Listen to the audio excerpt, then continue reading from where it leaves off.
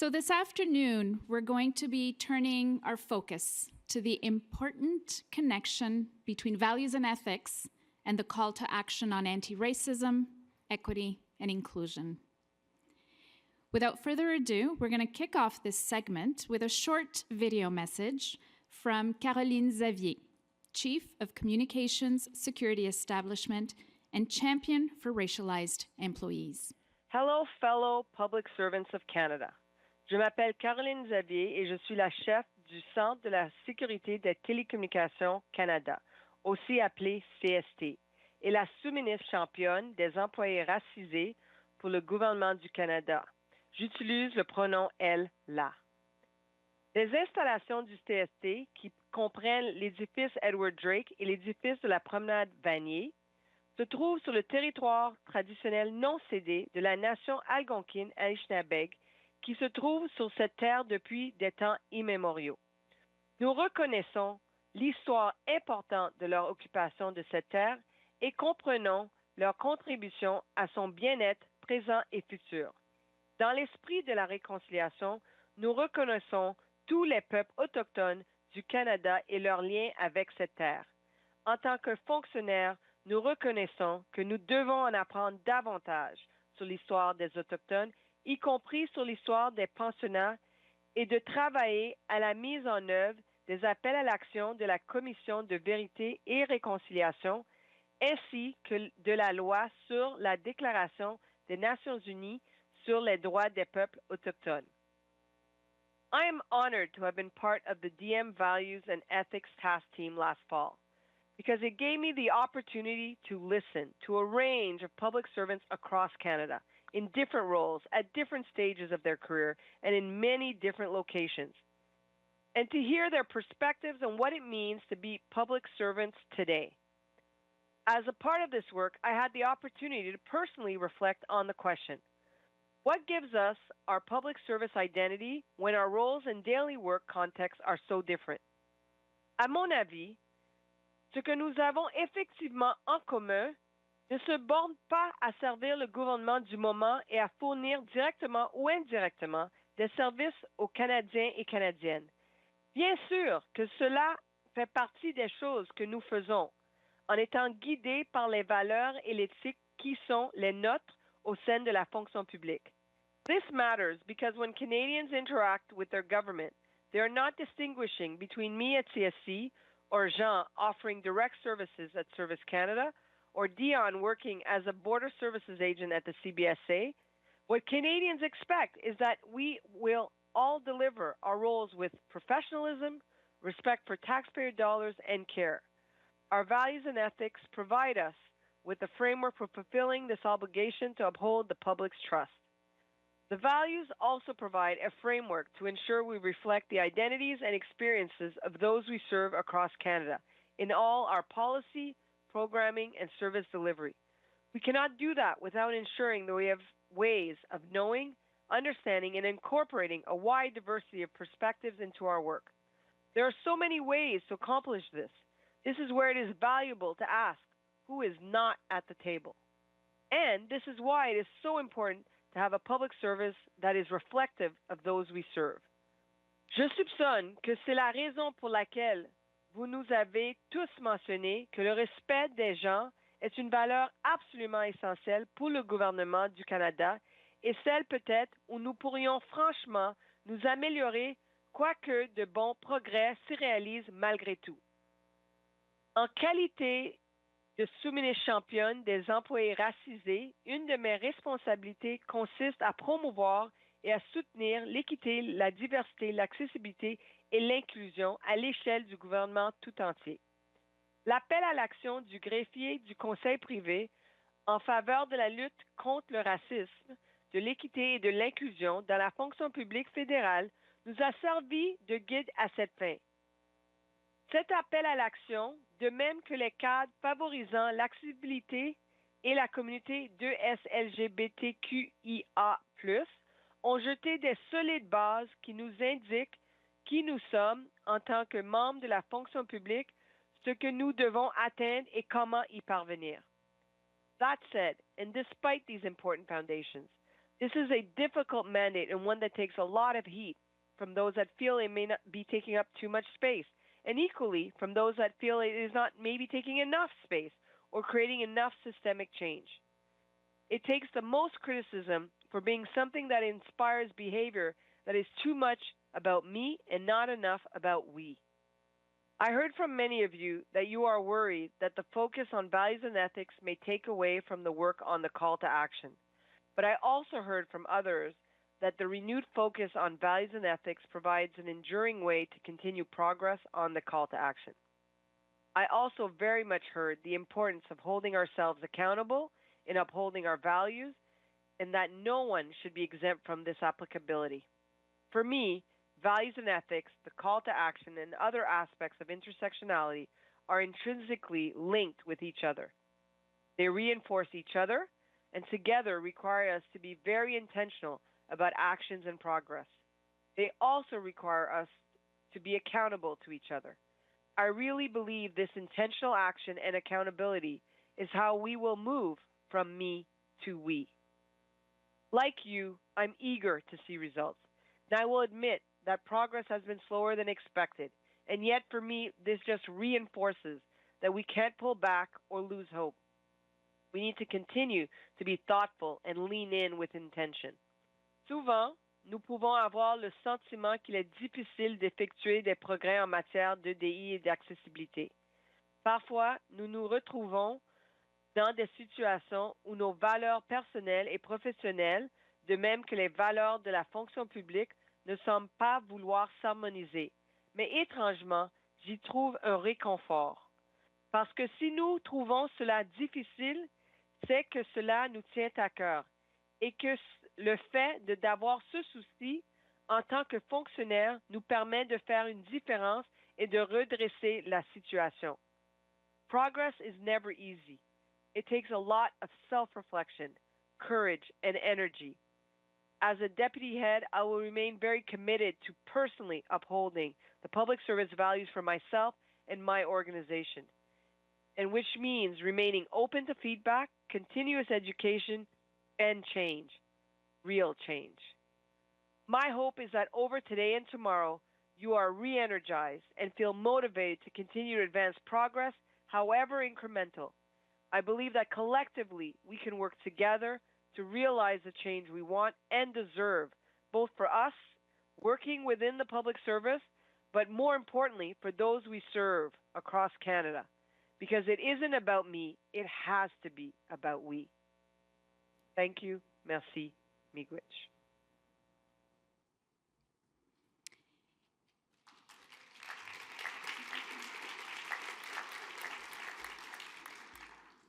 So I want to thank Deputy Xavier for highlighting the important linkage between values and ethics and the broader goals of equity, diversity, accessibility, and inclusion. These standards are absolutely fundamental to our mission in the public service, and we really take pride in being part of this important work. A key part of this work is actually holding ourselves accountable by fostering open dialogue and being transparent about where we succeed and where we fall short. We're now going to dive into these themes further with our next guest.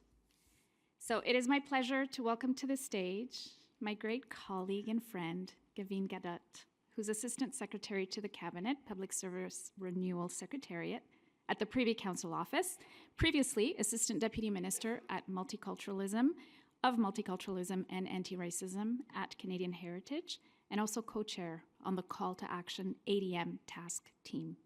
Gavin, thank you for being here and guiding us through our next segment. The floor is yours.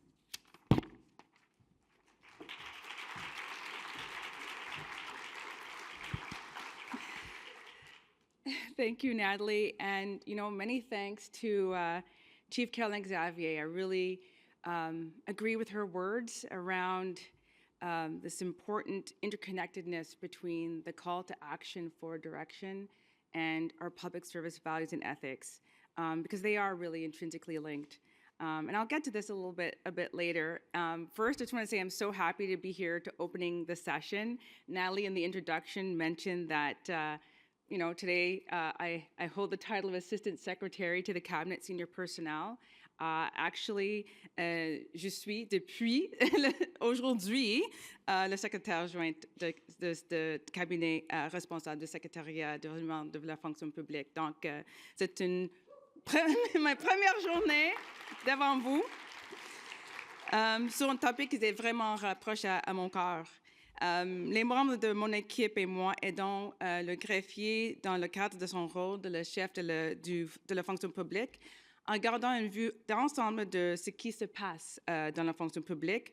Et ça inclut aussi l'appel à action du greffier en faveur de la lutte contre le racisme et d'équité et l'inclusion. Je tiens vraiment à remercier mon prédécesseur, Tim Petitpas, qui a dirigé le secrétariat durant les dernières 6 années. Merci, Tim.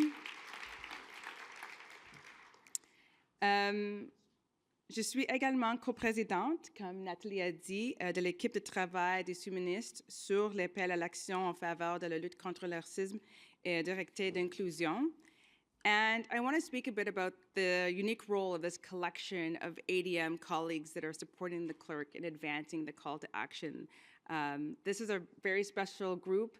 When we were calling around to see who wanted to be part of this task team, not one of them wanted to join unless we were going to hit the tough stuff.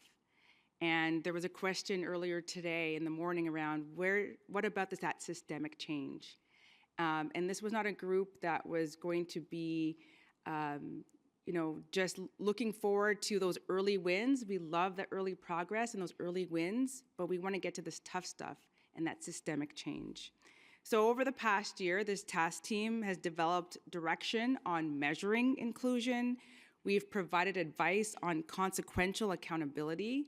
And we're now turning our attention to dismantling those systemic barriers and addressing resistance and backlash.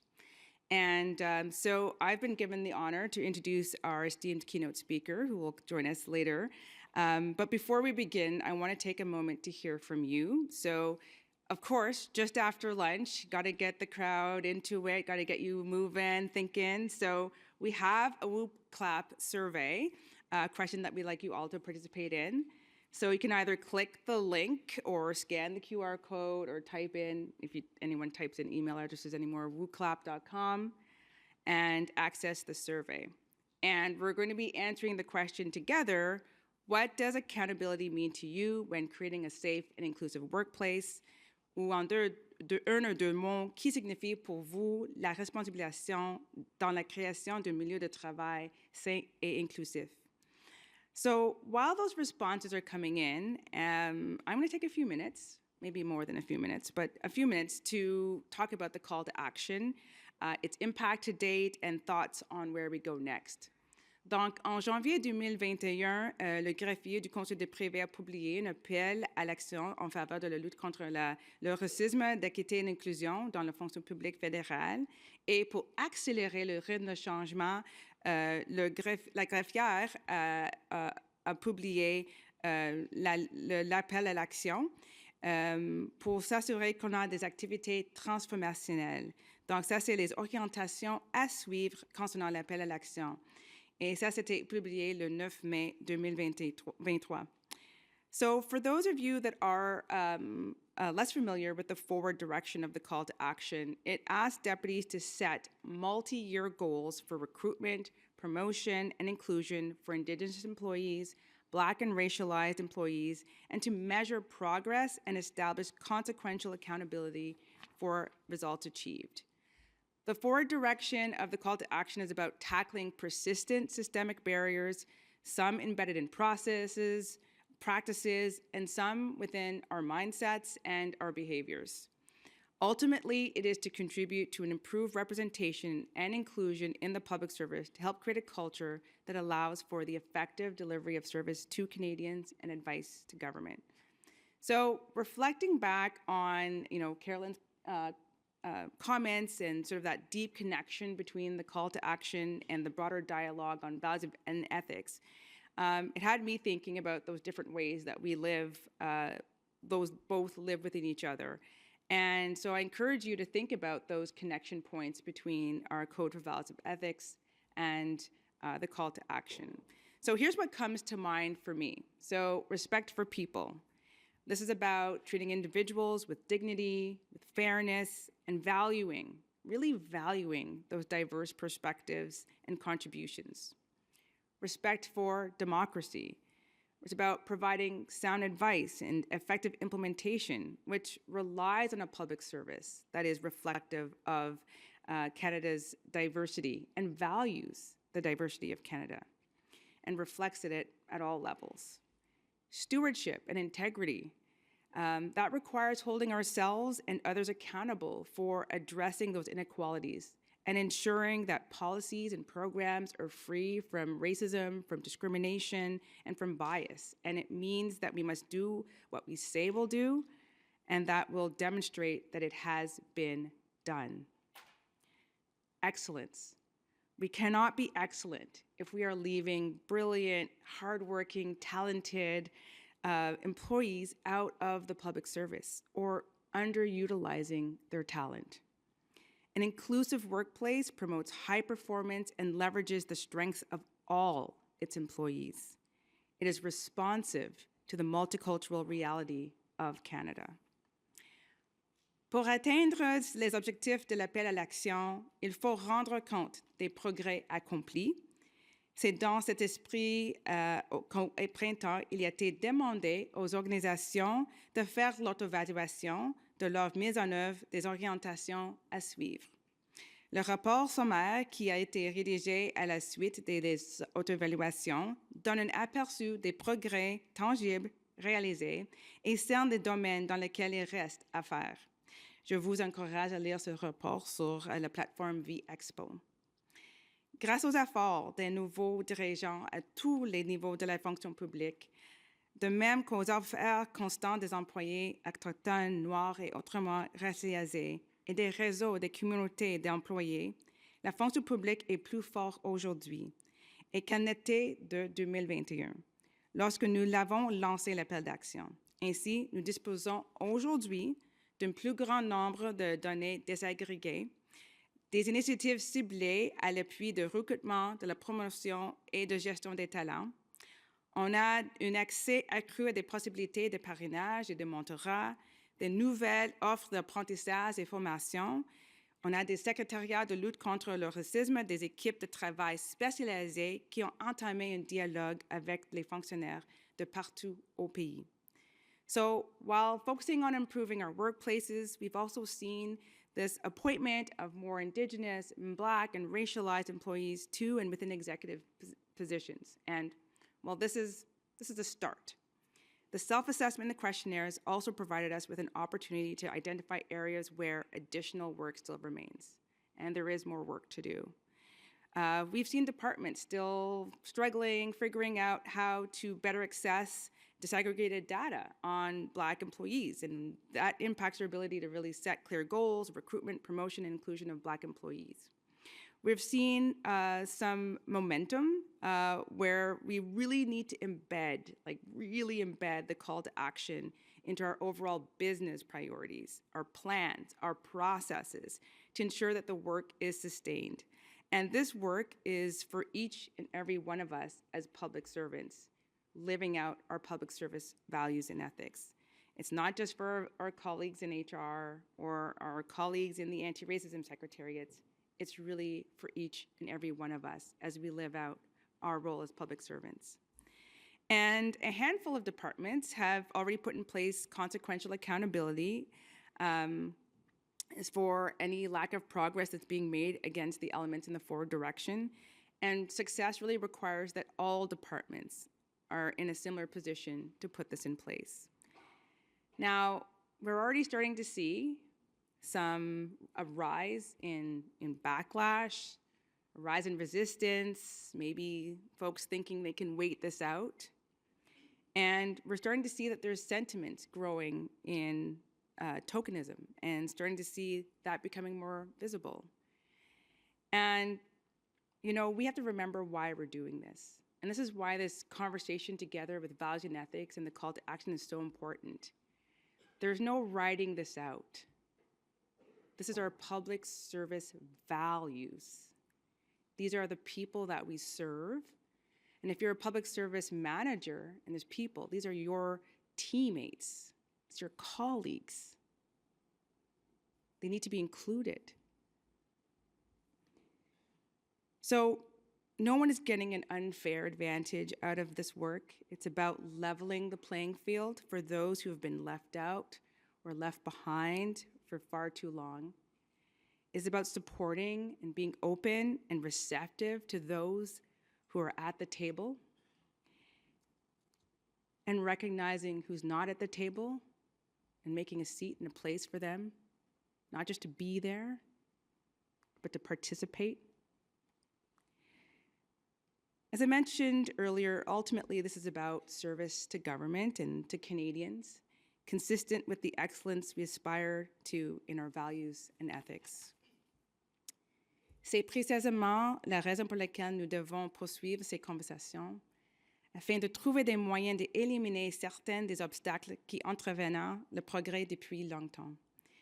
L'une des prochaines étapes de l'appel à l'action consistera à approfondir la question de la responsabilité et à étudier des moyens de lever les obstacles systémiques qui empêchent le progrès. De nombreux travaux ont été entrepris pour aider les organisations à atteindre des objectifs fixés dans les orientations à suivre, concernant à l'appel à action. Il existe un éventail de mesures de soutien et des outils pour aider les personnes et les organisations à faire progresser ce travail important, y compris des récents documents d'orientation qui sont disponibles aussi sur la plateforme V-Expo. So some of the examples of the guidance that's already available is a guide for performance measurement and consequential accountability. So if you don't know how to do it, there's a guide already. Assessing inclusive behaviors in performance management. Another system that requires barriers, systemic barriers, to be dismantled. Check out the guide.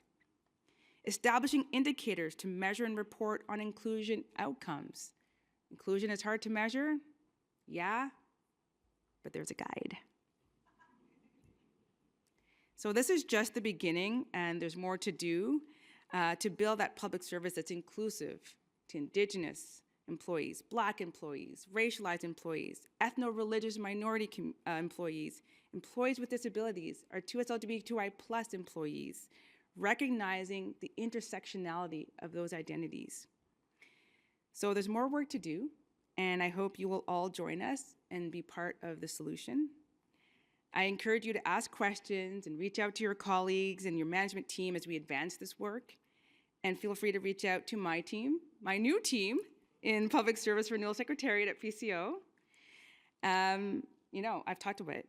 There's probably something on the Woo Clap for me to turn to. Remember I said I was gonna, talk a little bit and get back to the Woo Clap? I think I talked a lot. So let's look and see what we're seeing in those words.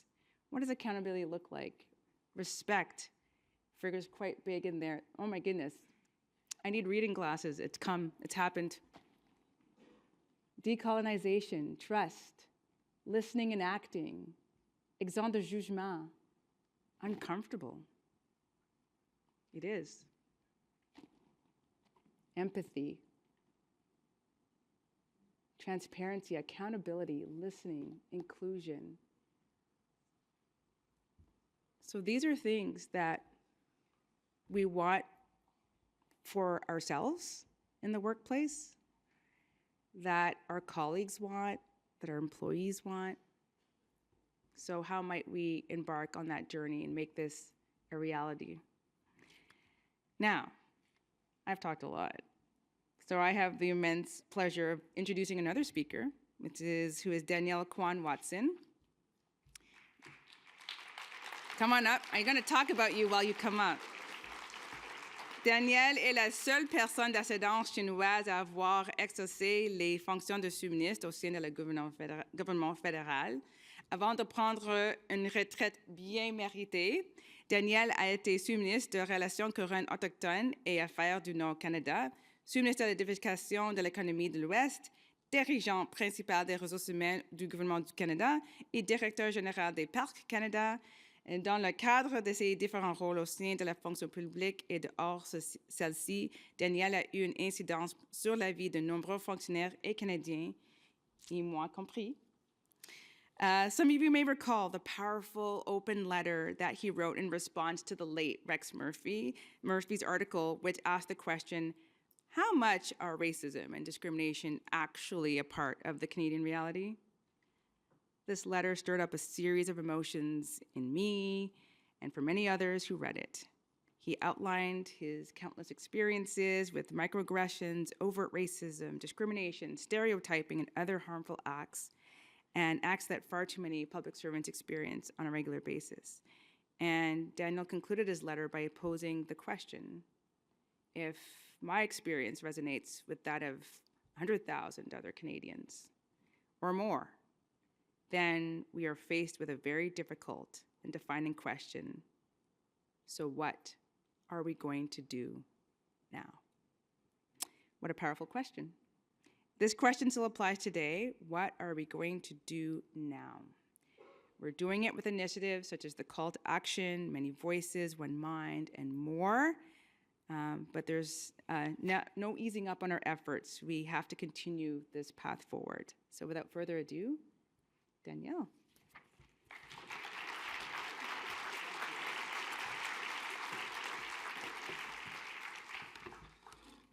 Merci, Gavin. Merci au bureau du Conseil privé. Merci à tous ceux et celles qui sont ici aujourd'hui.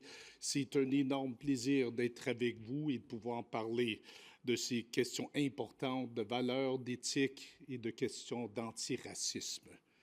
Et c'est un très grand plaisir d'être de retour sur le territoire non cédé traditionnel des peuples algonquins et Anishinabés, les ancêtres, en fin de compte, de ma grande amie, de ma merveilleuse collègue Gina Wilson, qui nous accueille ici sur ce territoire. I wouldn't be surprised at all if there were many of you here today who are concerned about whether or not the current focus on values and ethics means a lessening concern about anti-racism. And I also wouldn't be surprised if there were many of you here today or participating online who are concerned that anti-racism is maybe a passing fad or maybe something that will become old news sometime soon. And I also wouldn't be surprised if there are a number of you here today who are wondering if anti-racism is still a real issue in Canada's public service or in Canada generally, and whether or not we can't just get to the real business of doing government. I hope that the 3 points that I'm going to be making over the next 20 minutes or so will help you to reflect on this topic, no matter where your starting point is. The quick summary of my 3 points is this. First, we cannot, as a public service or as individual public servants, live up to the code of values and ethics unless we understand the role of anti-racism in ensuring the full and effective involvement of every component of Canada's population across and throughout Canada's public service. That code is a published commitment to the government that we serve, to Canadians, and to each other. Second, good public policy and public administration have always been good politics for every government in Canada since 1867. No matter what else has happened, that has remained true. The public service's contributions to public policy and public administration will, in every instance, be stronger when that public service better understands Canada, Canadians, their realities, fears, aspirations, strengths, and challenges. When we don't understand those things as well as we should, we will, in every single instance, serve Canadians less well. The third point is that no matter what role you hold in Canada's public service, if you are not improving or advancing our systemic ability to hear, to understand, to engage with, to reflect, or to respond to all of the Canadians that we serve, then you cannot possibly be advancing the values and ethics that we have committed to upholding as effectively as we need to. J'aimerais parler de quelques leçons de notre passé, parce que je pense que c'est important. Moi, j'ai commencé ma carrière dans la fonction publique fédérale, ça fait 35 ans. Nous avons fait des changements énormes au cours de cette période de temps et je pense que c'est important de revenir sur certains de ces éléments. Beaucoup des conversations que nous avons aujourd'hui sont en fin de compte pas de nouvelles conversations du tout. Et plusieurs des réalités que nous tenons pour acquis sont des choses qui, jusqu'à trop récemment, étaient en fin de compte impossibles. Lorsque moi j'ai commencé ma carrière, les femmes ne constituaient que même pas 10% des cadres de direction des UX dans la fonction publique. Beaucoup de fonctionnaires, de façon très publique et de façon très fréquente, disaient ouvertement que la nomination de femmes dans des postes de UX allait être quelque chose qui allait ruiner la fonction publique. On le disait souvent et ouvertement. Indigenous peoples and public servants of color were very rare in most departments, and even rarer amongst management and executive ranks. Persons with disabilities, even more rare than that. In 1989, when I started, we were still in the purge period, where federal departments and institutions actively sought out to identify gay and lesbian public servants and members of those agencies and fired them en masse. Other than the single case of the great Deputy Minister Tom Shoyama, there had never been a Gina Wilson. There'd never been a Caroline Xavier. There'd never been an Anil Arora. There'd never been a Harpreet Kochar. There'd never been a Nancy Hamzawi. There'd never been a Tal Pham or a Yasmine Laroche, who you're going to see shortly. And there certainly had never been a Daniel Kwan Watson in any of those offices. I had 422 years of predecessors in my different jobs as a deputy minister, not one person of color in that entire 422 years of predecessors. And there wasn't a lot of reason to believe that that was going to change back in 1989. So why does this matter? It matters deeply because of this simple reality. Effective public administration and policy requires at least these things in order to be successful. First, to understand as fully and as effectively as possible the true nature of the issue that requires attention. Secondly, the ability to understand as fully and as effectively as possible the full range of aspirations, fears, needs, and other reality of Canadians whose lives we are affecting. And thirdly, the ability to understand as fully and as effectively as possible why it may be that Canadians' experience in program and service implementation is sometimes very different from what we had predicted as public servants.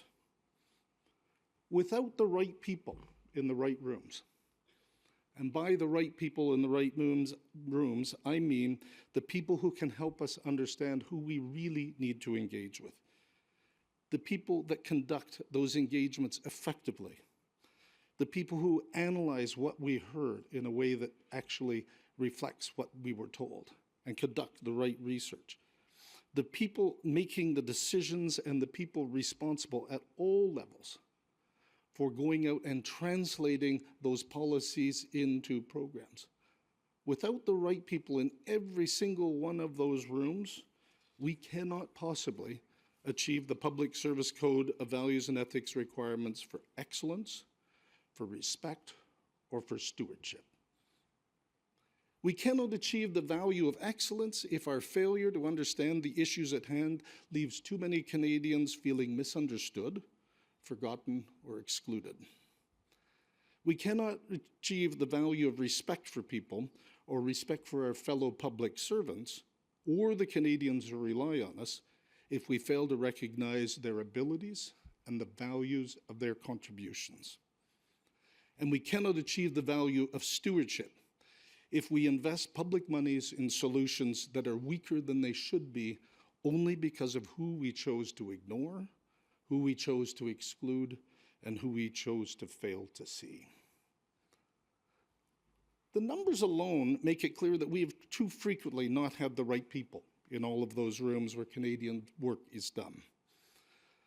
I suspect that almost everybody participating today sees the value of citizen-centered approaches to make services more effective and efficient for those who use them. But at the same time, however, how often have we conducted entire, lengthy, and complex program and policy development processes that have profound impacts on even millions of Canadians with little or even no public service representation of people with a lived connection to those Canadians' experiences and backgrounds? J'aimerais parler de deux exemples de cette dynamique. Dans ces deux cas, de très grands processus de développement politique ont été conclus dans l'absence presque totale de voix critiquement importantes dans les salles et bureaux de la fonction publique où ces décisions ont été prises. Chacun de ces processus a eu des impacts multigénérationnels et ont eu des impacts et des coûts importants pour le Canada en tant que pays et, d'autant plus, pour plusieurs individus et communautés. The first of these is the way that our collective agreements have always approached part-time work. When collective agreements were first negotiated in the 1960s, we were barely a decade away from female public servants being automatically fired when they were married. You heard that right. Female public servants automatically fired when they got married. There was literally not a single female executive in many departments. As a result, these collective agreements, first negotiated in 1969 but continued on in many similar ways since then, were negotiated almost exclusively by men on both the management and on the labor sides. If you look underneath what we say in those collective agreements about part-time work, you hear two philosophies.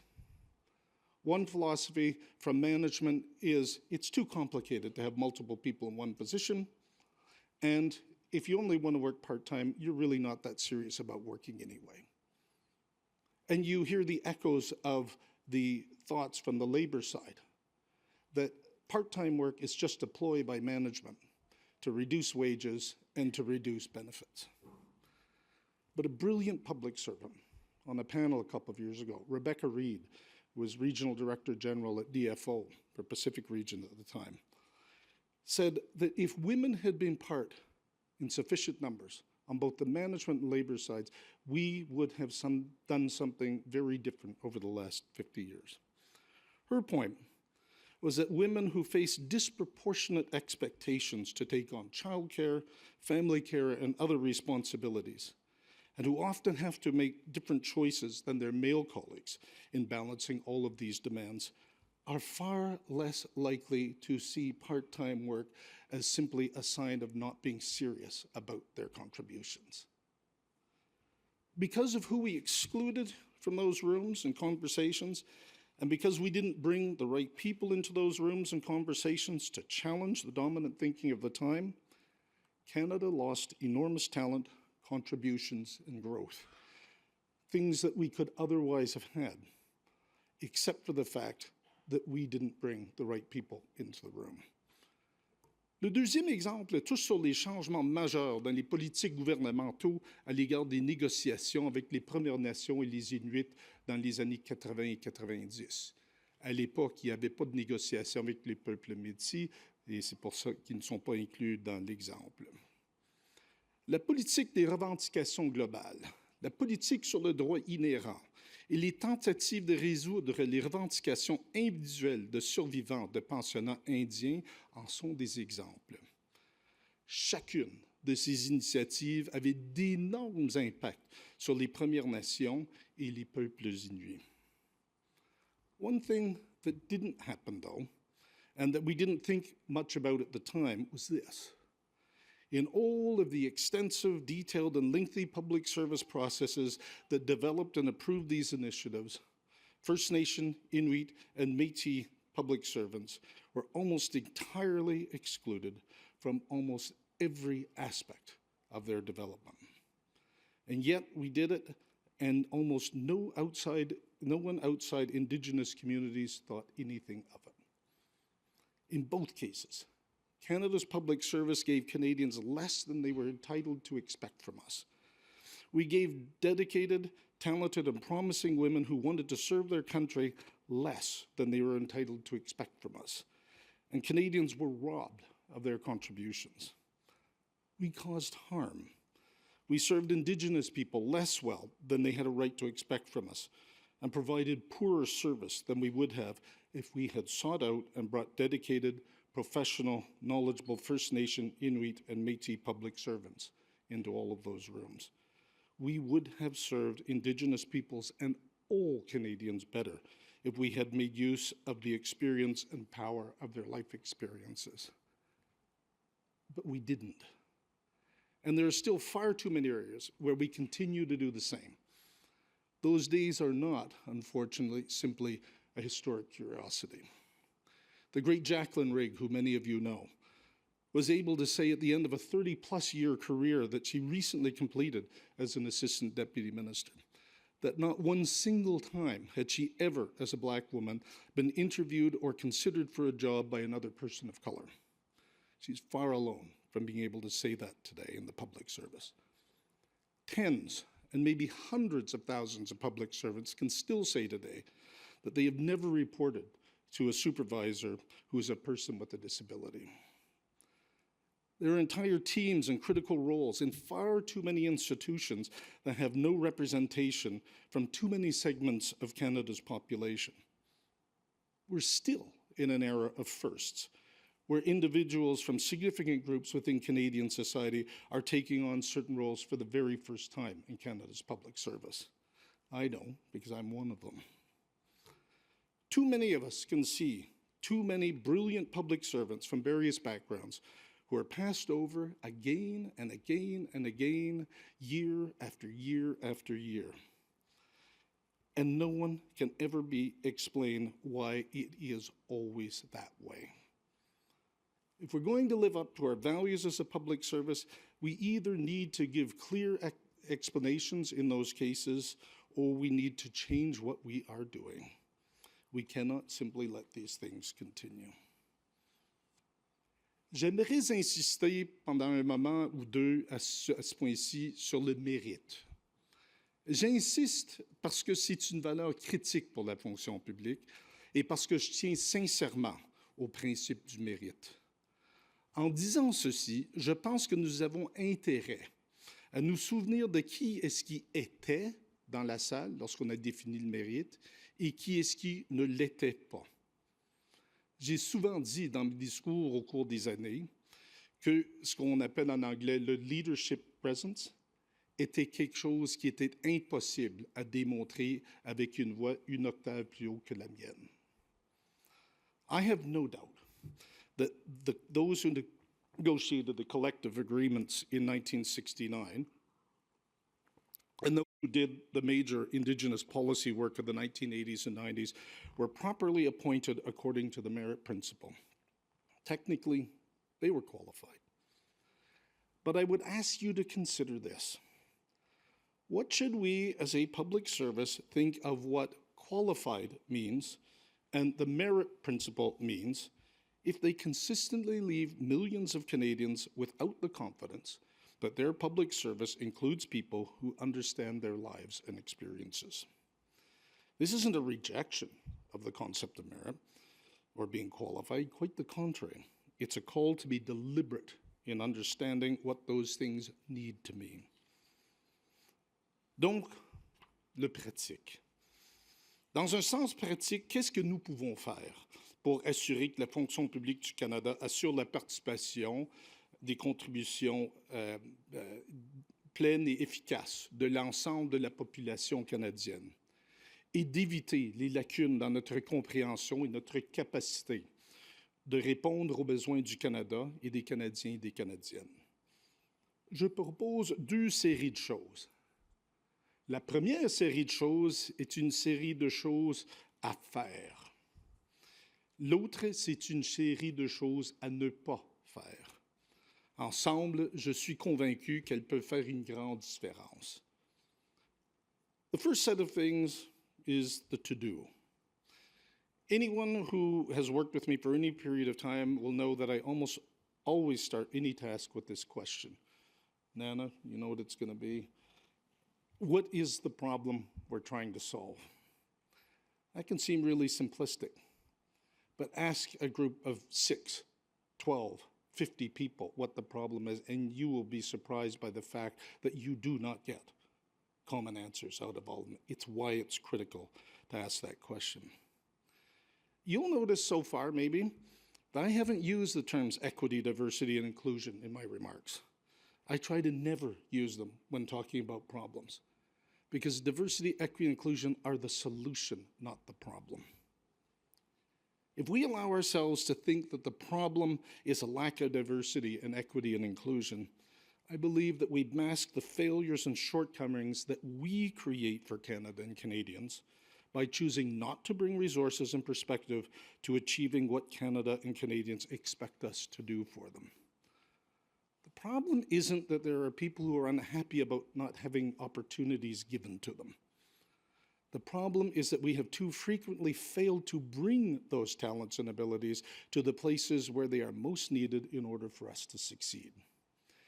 You get very different places depending on how you define the issue or problem. I recommend that every public servant, certainly every executive, manager, supervisor, policy analyst, and operational design professional ask 3 questions. First, where is the group or role for which you are responsible served Canada and Canadians less well than you would have if you had brought different people to the table? Whatever your answer is to that question, it's telling. If you're going to say that no matter who I have not brought here and what gaps I've had, it doesn't make any difference to the service I provide Canada and Canadians, that's pretty telling. If you've never thought, though, about this question before, it's probably a good thing to ask yourself why. Why is it that I went through as much of my career as I have so far without ever asking what the impact is of the people I chose not to bring to the work that I'm doing? Every executive at CERNAC was required to ask that question as part of their performance management cycle. It took us over a year to actually understand what it meant. It wasn't something that people had talked about before. In the end, though, we said things out loud that allowed us to try to fix them and that had been there for a very long time, and we simply assumed somebody else would fix. But the act of saying out loud what the impacts are of our decisions not to include people created change. Ce que cet exercice nous a montré était ceci. Il y a un vrai coût au Canada, aux Canadiennes et aux Canadiens lorsque la fonction publique ne fait pas attention aux impacts des perspectives que nous avons exclues dans les maintes salles et bureaux dans lesquels nous faisons notre travail. Et lorsque nous ne prenons pas les mesures actives pour régler ces situations aussi rapidement que possible. The second question, who is it that we have consistently failed to attract, retain, and promote through the systems and processes for which we are responsible? The issue of promoting within that is a very important one. If you're an executive or manager, ask yourself about the relative progression of staff from different groups, especially from the groups that are underrepresented, and ask if the patterns you see will allow for the full participation and involvement required to avoid the shortcomings that we talked about in the first question. If you can't answer that question positively, then fix it. Nobody else is going to fix your hiring, your team building, or your team capacity issues for you. It's up to you. Third question we need to ask ourselves, it's a very difficult one, is what is it that is going on in our organization that makes it difficult or impossible for those we most need to hire, retain, or promote to join, stay, or encourage others to join our organizations? Last question is not something that you ever take on lightly, but it is critically important. As a deputy minister for nearly 15 years, including 3 years as Chief Human Resources Officer for the Government of Canada, I've had to deal with more than my fair share of harassment and discrimination cases.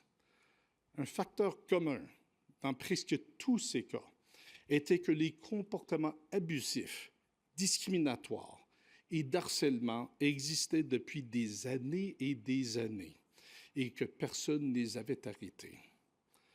Je ferai référence ici à quelques exemples spécifiques, pas pour gêner qui que ce soit, mais parce que ces genres de situations sont beaucoup plus communs qu'on le reconnaît et parce qu'elles créent des douleurs et des dommages profonds dans la fonction publique. De plus, ces situations nuisent profondément à notre capacité de donner au Canada et à ses citoyens et citoyennes ce que nous sommes engagés de leur fournir. Recently, we've seen reports of public servants having to repeatedly explain to those in authority over them that the use of clearly derogatory and racist terminologies has no place in the public service. We've seen employees spend years and years having to either fight to be treated with even the minimums of respect and requirements of the law and their collective agreement, or to quit the public service. We've seen instances of employees posting racist posters in busy lunchrooms, only to find that the only single employee on that floor that thought that created a formal complaint out of it. Only one employee. Fortunately, these situations don't happen everywhere and every day, but they happen more frequently than any of us is comfortable saying, even for those who live these things as targets of them. This is where I want to get to the set of things that we need not to do if we're to live up to our code of values and ethics, and if we are to take the call to anti-racism seriously. Si vous n'êtes pas, ou vous n'avez jamais été cible de telles attaques, le succès n'est pas de se limiter à pouvoir dire « je n'ai jamais été témoin d'un tel événement ». When you see things that may be harassment, find ways to support those who are targeted. Find ways to make it safe for others to speak about what they experienced. Understand that for many public servants, recognizing or speaking about such instances has perhaps never been safe. It may, in fact, have been very dangerous to admit, to speak up, or to complain. Be prepared for the fact that it may be an uncomfortable conversation for many reasons. But whatever you do, don't just turn or walk away. When the rest of us turn or walk away, the message to those who have felt singled out, discriminated against, or harassed is that if, capital if, there is a problem, it's your, capital your problem, not mine. This is not a culture that cultivates the breadth of skills, life experience, perspectives, and strengths that Canada needs and requires of its public service. A public service that seeks to be professional and nonpartisan must take up the challenges of ensuring that it is capable of addressing the gaps and cultural challenges that it may have in order to serve its citizens and their government as effectively as possible. One of the challenges that Canada's public service had made improvements on, but where much work remains to be done, is ensuring that it does not hold back or exclude some of the very elements that will guarantee that it succeeds more fully. In conclusion, I'm optimistic about the future of Canada's public service because the journey I've witnessed over the last 35 years makes me optimistic. And because of the skill, dedication, and aspiration of those who carry that responsibility today into the future. If you arrived here today worried about whether or not talking about values and ethics means moving away from anti-racism, I hope that you take from my remarks that Canada's public service cannot possibly live up to those values, especially those of respect for people, stewardship, and excellence, if it doesn't. If you arrived here today worried that anti-racism might be a passing fad or fading priority, I hope that you'll see from my remarks that better public policy and better public administration has always been better politics for every government since 1867. If you arrived here today thinking that we've talked about these issues enough and that we've moved beyond them, I ask you to ask yourself, what gaps are around us all and what costs do they bring to Canada and Canadians? And finally, I would ask you this one final question that Gavin has raised earlier. So what are you going to do now? Thank you.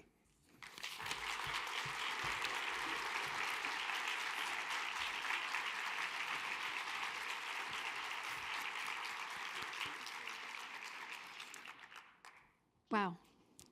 So first of all, I just want to thank again Gavin for setting the stage so clearly and candidly, and Daniel as well for your very profound and thought-provoking reflections. And we're not just going to let you get away. You're going to remain on stage for the next part of the discussion, so I invite you to take a seat.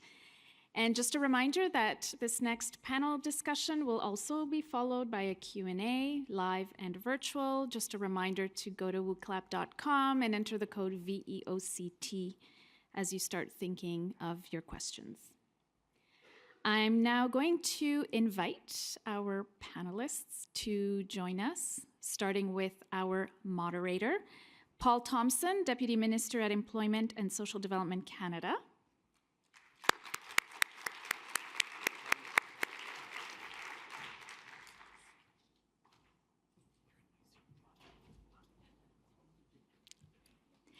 Followed by Patrick Boucher, Senior Assistant Deputy Minister at Public Safety Canada.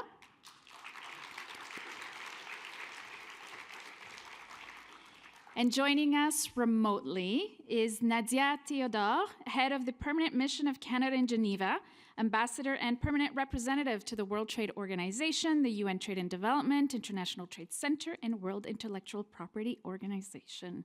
So with that, Deputy Minister Thompson, over to you. OK.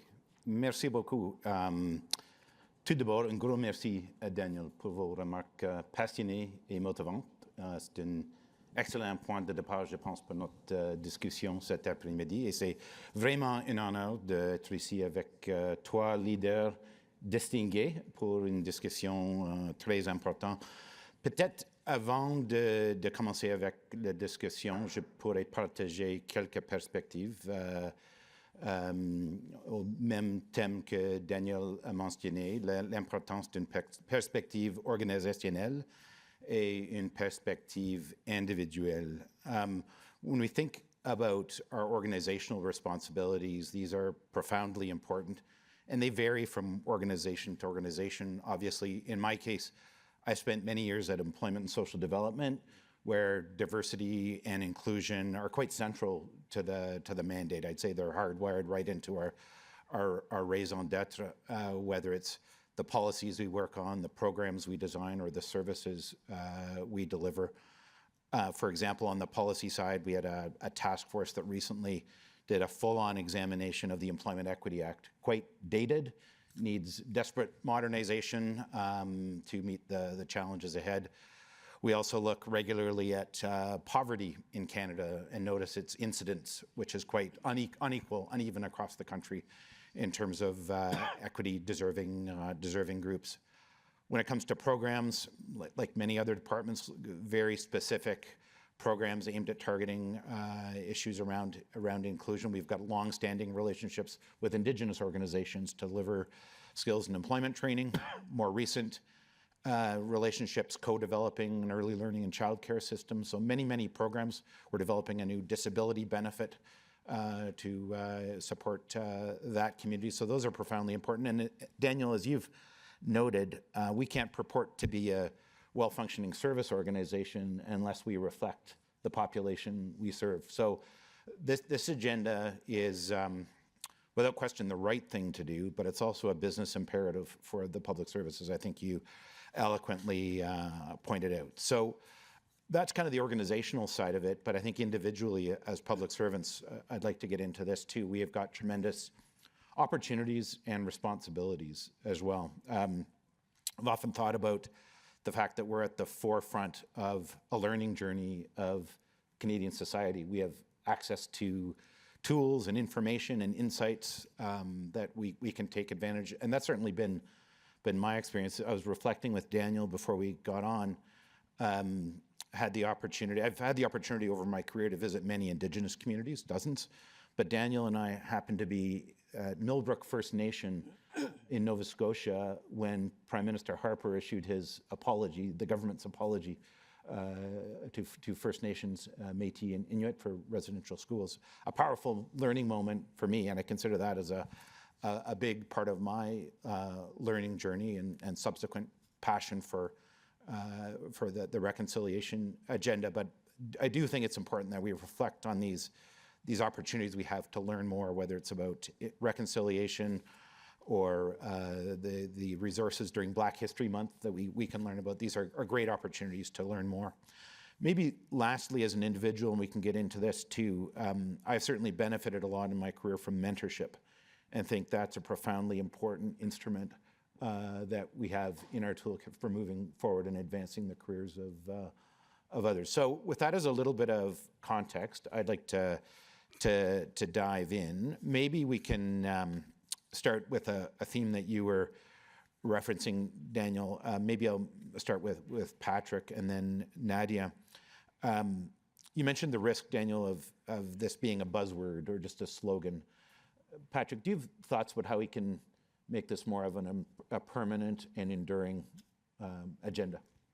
Yeah, no, thanks very much for the question. And I'd just like to start by acknowledging as well that, we're gathered here on beautiful unceded Algonquin territory, and really just want to acknowledge everyone in the room for being here, and everybody. I think the numbers are tremendous in terms of, registration numbers.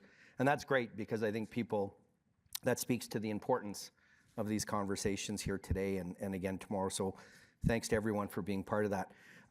Yeah, the whole buzzword thing is I think a live debate. And, I would just say that, when I think of that, obviously as an institution, as a public service, I think we've been quite clear that we're taking that principled approach here. Mm-hmm. And that principled approach is very much anchored in the values that we live and breathe every day within the public service.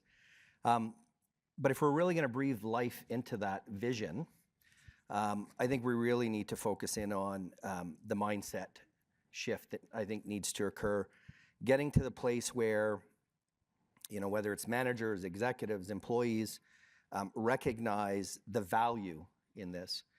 And I say that in the sense of, making sure that as a manager, we have the most high-performing team that we could have. Recognizing that, diversity of thought, lived experiences, having that as part of your team as a manager makes you a better manager. Mm-hmm. Allows you to better deliver on the things that are being asked of you. Makes us, I think, better as a public service to be able to, deliver on important priorities that we're being asked to deliver on by the government. So I think that's where we need to get to. We have a very clear vision. I think as an institution, we've been quite clear about that. But getting to that mindset shift where it's not just a buzzword, mm-hmm. where there's true value and everybody understands that value. I think, if we could get to that point, and I think we're making tremendous progress, we'll be a better public service. So it actually takes root in our culture and not just a passing. Becomes part of our DNA. Yeah. It actually gets ingrained within our values and ethics. That's great. Yep. Nadia, what would you like to add to this question? Thanks. I hope everybody can hear me, and it's great to be virtual. I wish I was there in person with y'all, but great to participate virtually. Maybe I would just start by saying that I think that it's important for us to acknowledge the reasons why people would think that this is a buzzword or a passing phase or something that is not for the long haul. And I think that it's because, when you listened to Daniel's keynote and he spoke about where the public service was when he started versus where it is today, it struck me that when he was talking about some of the firsts and some of the progress, those firsts and progress were quite recent. So when you mention Deputy Xavier, Chief Xavier, she became a deputy minister, an associate deputy minister, 4 years ago. So very, very recently. When you talk about the evolution of executives and the executive ranks being representative of the Canadians and the Canada that we live in, much of the progress has indeed been quite recent. And in fact, has been due to world events that drove, world and domestic events, I would say, that drove people to have no choice but to do something because of the strong voices within the organizations that we lead as public service leaders. And so if you think about that context, it is no wonder that as the world continues to evolve, as world and domestic issues continue to pile on, as things get ever more complex, as we come out of a pandemic where we hired record numbers of public servants that we now have to teach and bring into the fold in terms of what it means to be a public service, which is a new challenge. It is no wonder that people think, well, how are we going to do all of these things all simultaneously with the same rigor for it all? Something's got to give. And what's going to give? Well, probably the thing that maybe nobody wanted to do anyway, and they felt that they just needed to do it because of world and domestic events that pushed us. So if we're being honest with ourselves, that is the context. And that is probably why people think that it is a buzzword and think that it is a passing phase. And I say that because I do think that understanding where that sentiment comes from within our organizations is key to then figuring out what we do about it. Because to me, when you understand where that might come from, you then understand that the key to overcoming that sentiment and changing mindset, quote unquote, is really about building and maintaining trust. Building and maintaining trust amongst our employees, and building and maintaining trust amongst the leadership ranks that also have a heavy lift and a heavy learning curve in order to really sustain the efforts that is needed to get where we want to go when we talk about building inclusive workplaces in the workplaces that we want to see in the public service.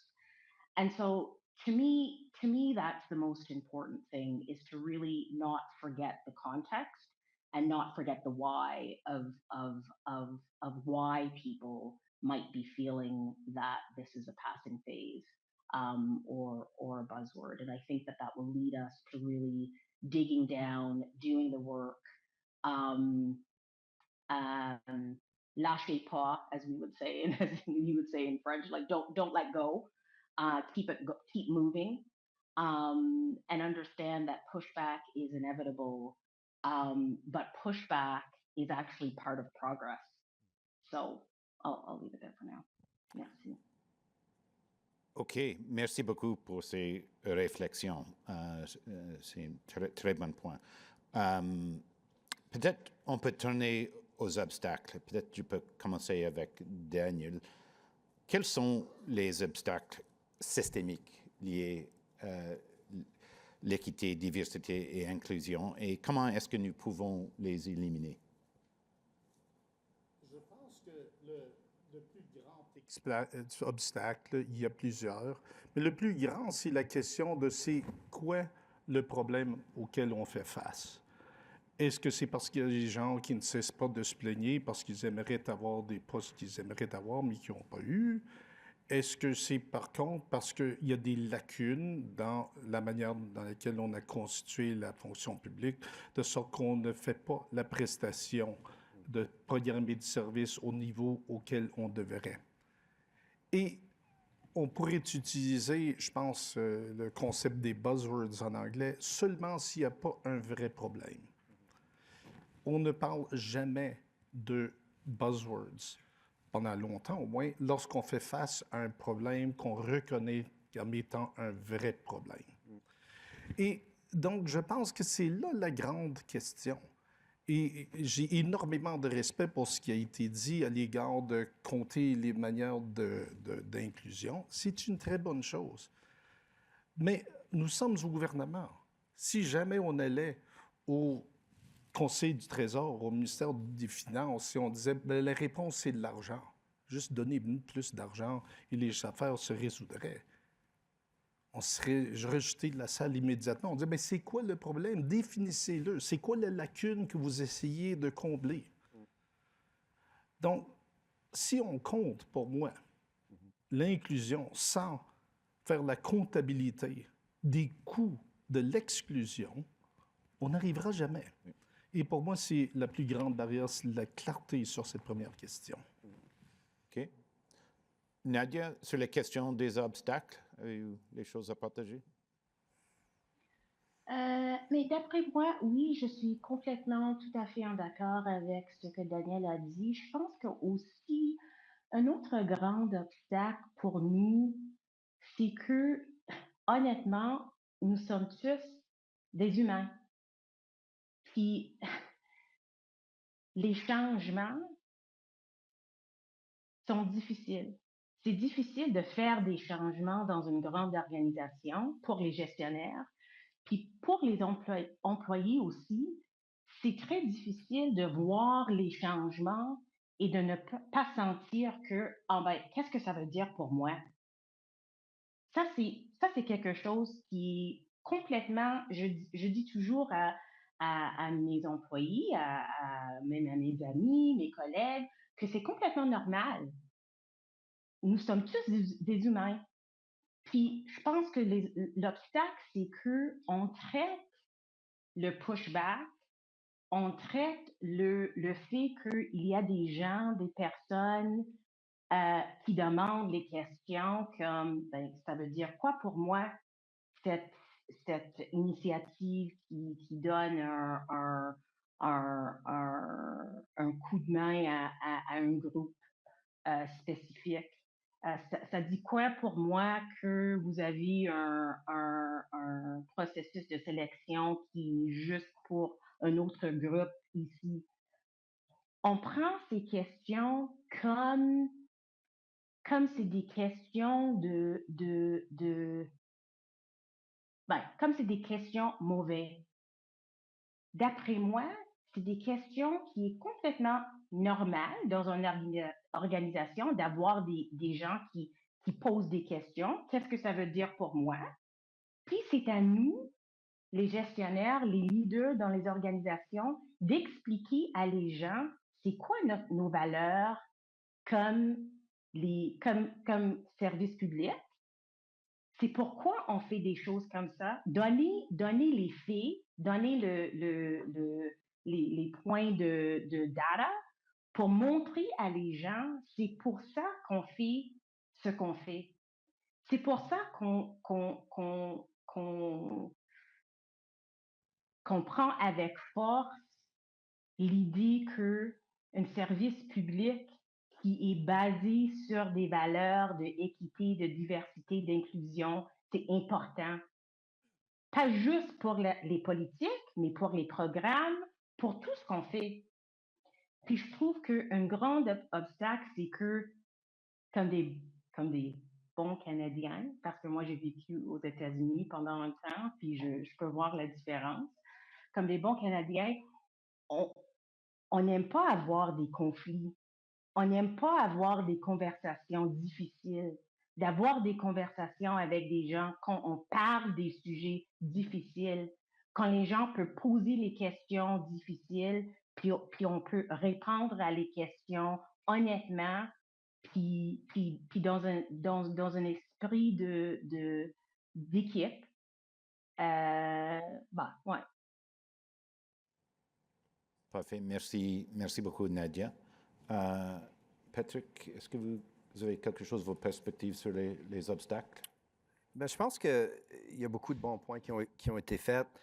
Peut-être que je pourrais ajouter aussi, c'est que, tu sais, d'une manière très pratique, comme fonction publique, si on veut essayer d'identifier les obstacles, les adresser, mettre des plans en place pour essayer de les surmonter, je pense que c'est vraiment important on puisse regarder à ça dans différentes perspectives. Donc, recrutement, je pense que ça serait un ensemble d'obstacles qu'on pourrait attaquer ensemble en tant que fonction publique.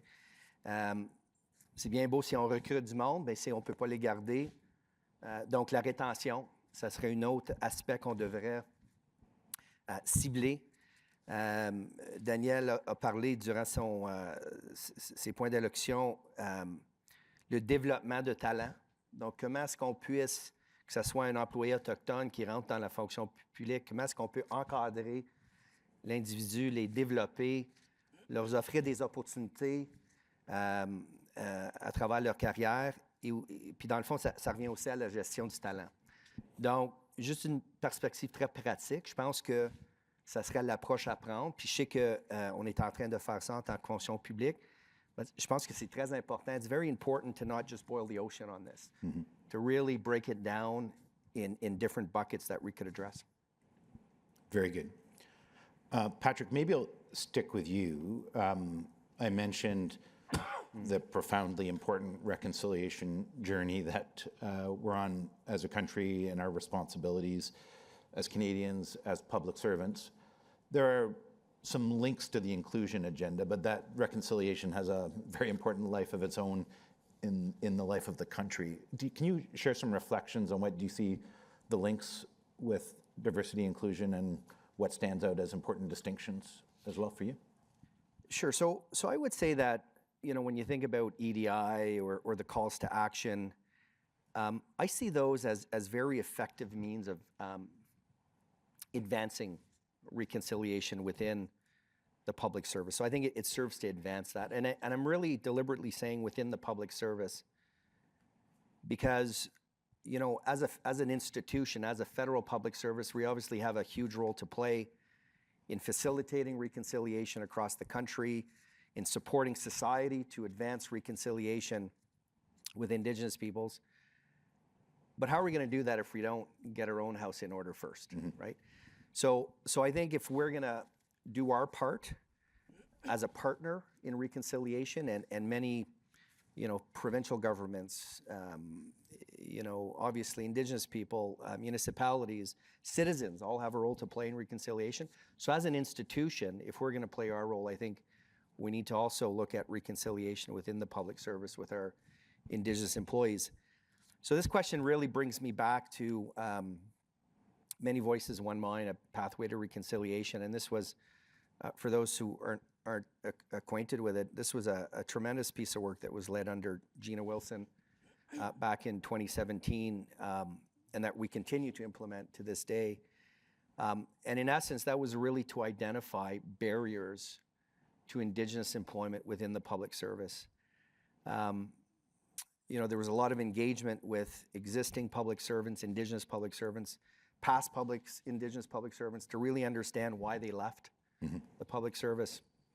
And I remember the stats back then were very clear. I mean, we were, doing an okay job in recruitment, but we were losing Indigenous employees much faster than we were recruiting them, which really got us to think about zeroing in on those barriers, identifying solutions to it, providing advice on possible steps that, as an institution, enterprise-wide solutions that could be taken, but also advice to deputies on how, within their own authorities, within their departments, actions that they could be taking.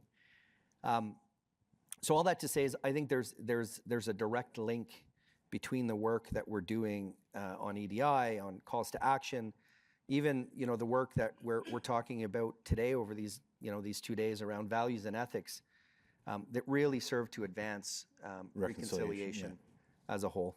That's great. That's helpful. Daniel, you've devoted many years to this question as well. Anything you want to add to Patrick's answer? Just very quickly, every single one of us in this room has been judged under the Public Service Employment Act to be qualified to govern Canada, to put it simply. But just think about all your time in elementary, secondary, undergraduate, and graduate school. What would the total number of minutes of education you had about Indigenous people's contributions to Canada add up to? For me, it's 15 minutes. 10 of which was talking about John A. Macdonald sending the army to put an end to Métis rights discussions in Saskatchewan at Batoche. Not 1 second of it was from an Indigenous perspective. So how similar is that to who you are and how you were raised?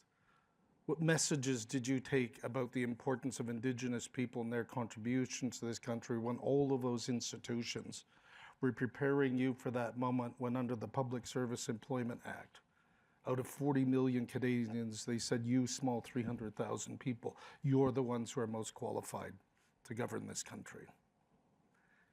And if you think about that, to me, it's a good place to start thinking about what reconciliation needs to mean. Thanks, Daniel. Peut-être une question pour Nadia. Daniel a parlé de l'importance de l'imputabilité, les conséquences. Peut-être vous pourrez partager quelques perspectives sur la question, le lien entre imputabilité, conséquences et nos objectifs sur équité, diversité et inclusion.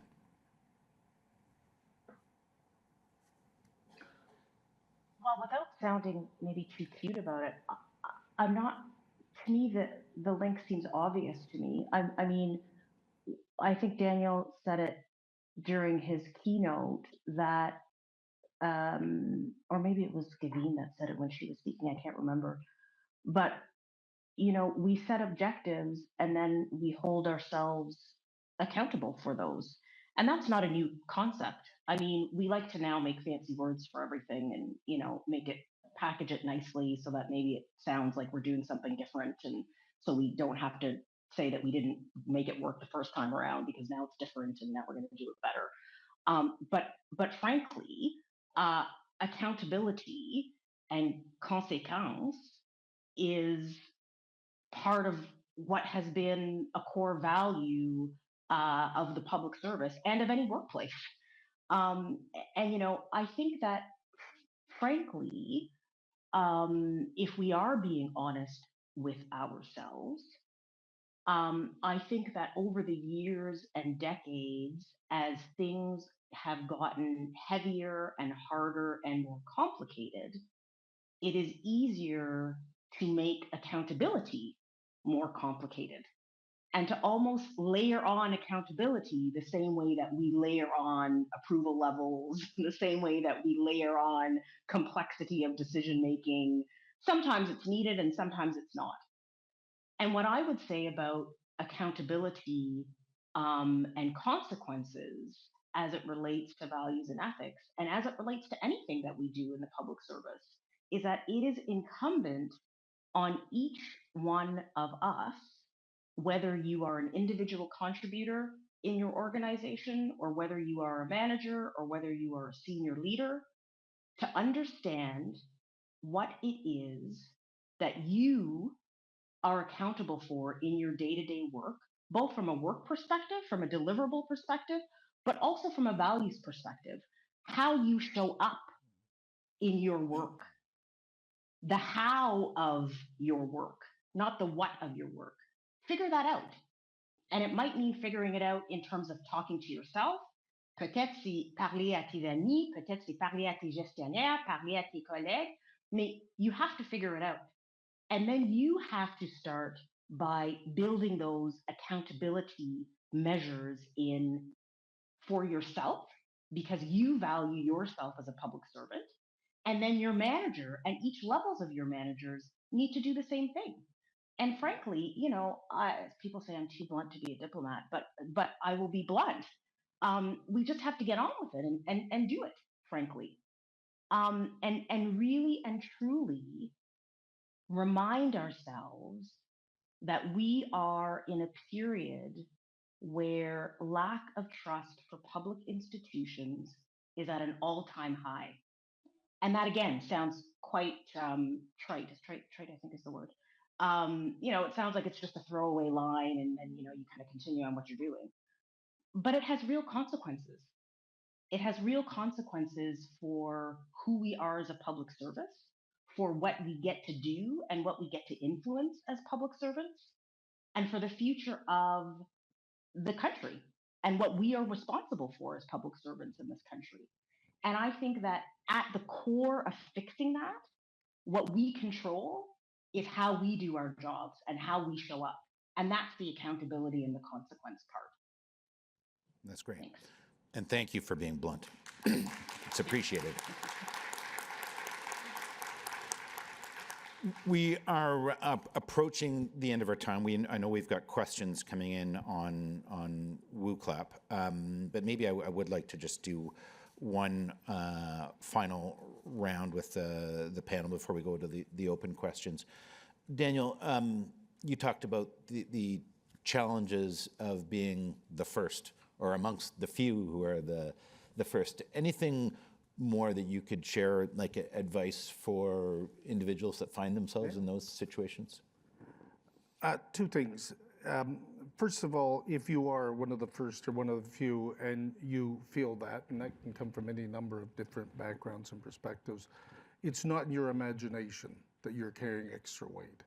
And just know that and understand that. And when it seems harder for you than for other people around you, you're not necessarily wrong. So don't beat yourself up too much about that. But the other thing I'll say is this.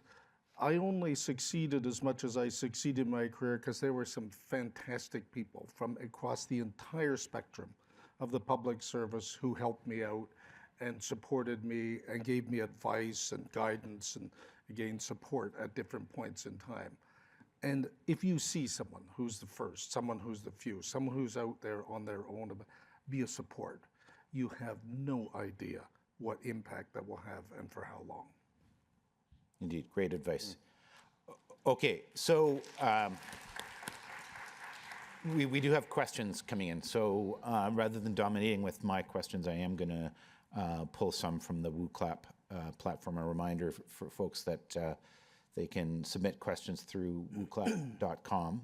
And I'll maybe look for some volunteers on the panel to take on these questions. So the first one is, in an asymmetrical society, how do you ensure that values and ethics do not get used as soft power to silence marginalized groups from seeking equity rights? So who wants to, as we digest that question, it's deep.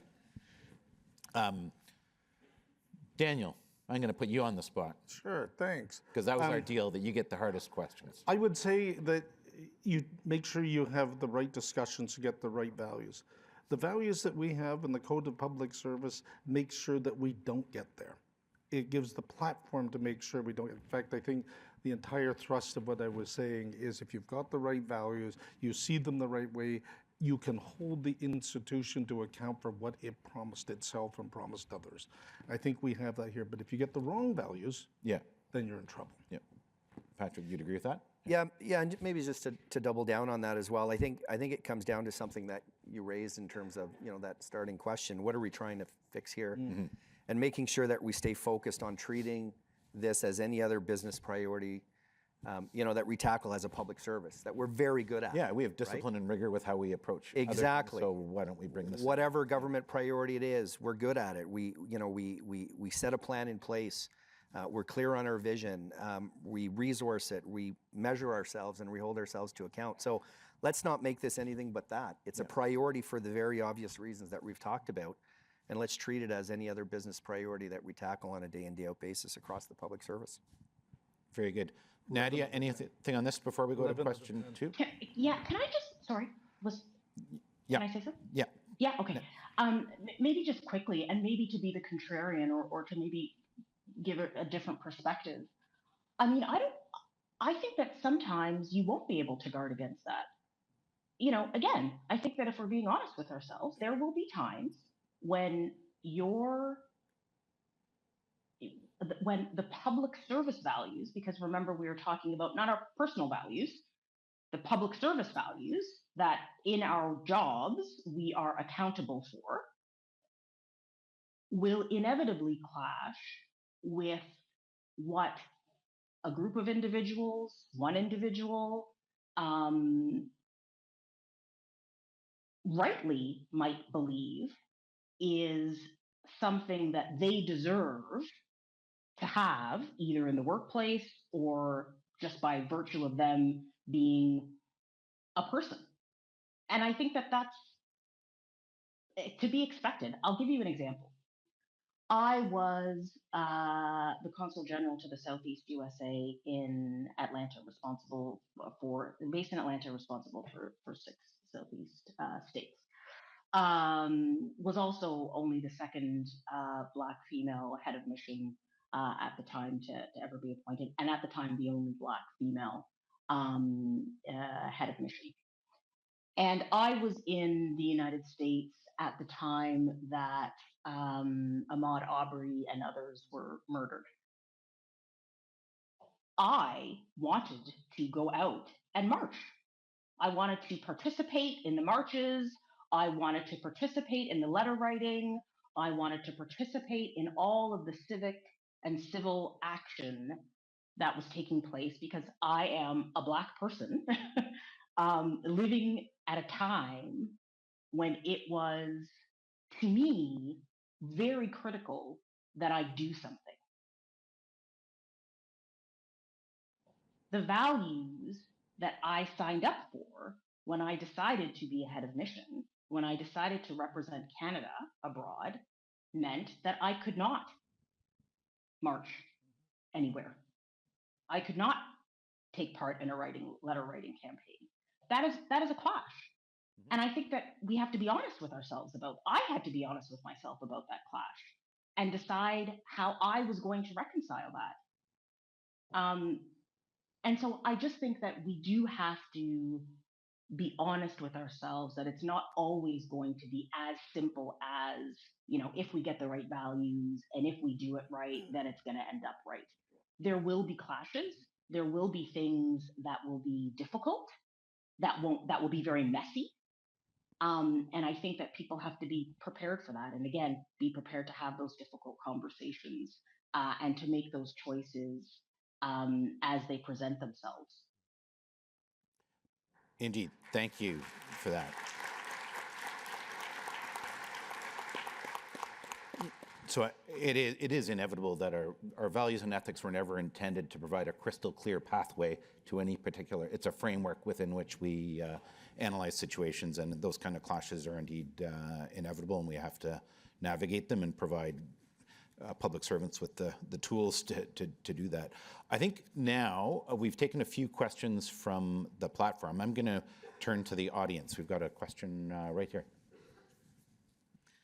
Hi there. I just wanted to pick up on what Nadia was talking about when it comes to truth, because when it comes to diversity and inclusion and having more diverse voices at the public service table, that's happening not because Canada thought it was a good idea. It was the relentless advocacy of marginalized people that made that happen.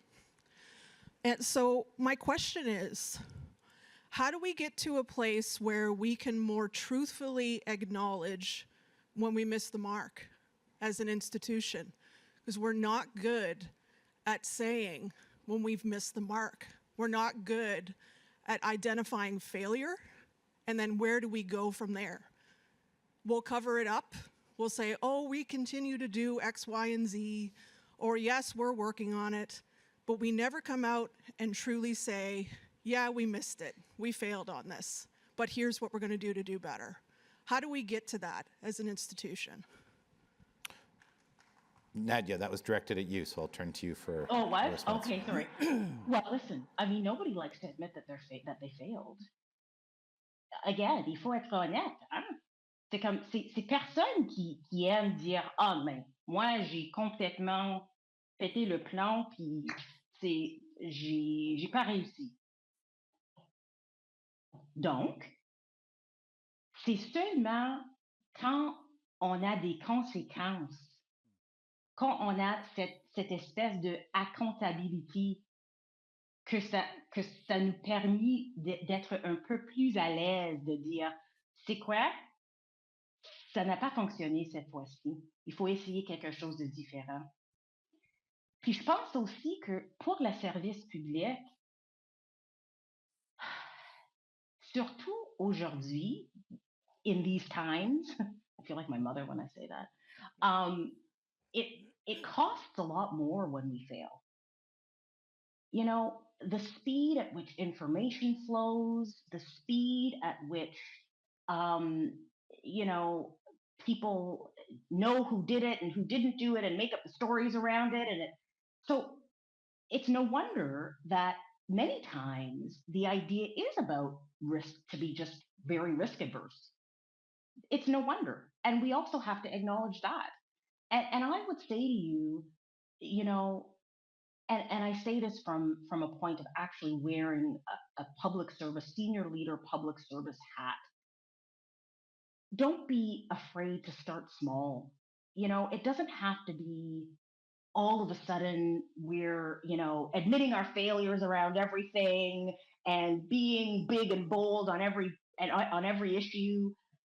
Start small. Start by identifying one or two projects, one or two initiatives where you say to your employees, or as an employee, toi tu dis à ton gestionnaire, okay, this is going to be the initiative where we're going to try, and if we fail, we're going to decide that we are going to communicate internally exactly how we failed, why we failed, and we're going to have real conversations about it. Choose a couple and be very clear and specific about it, and then double click on it and drive it.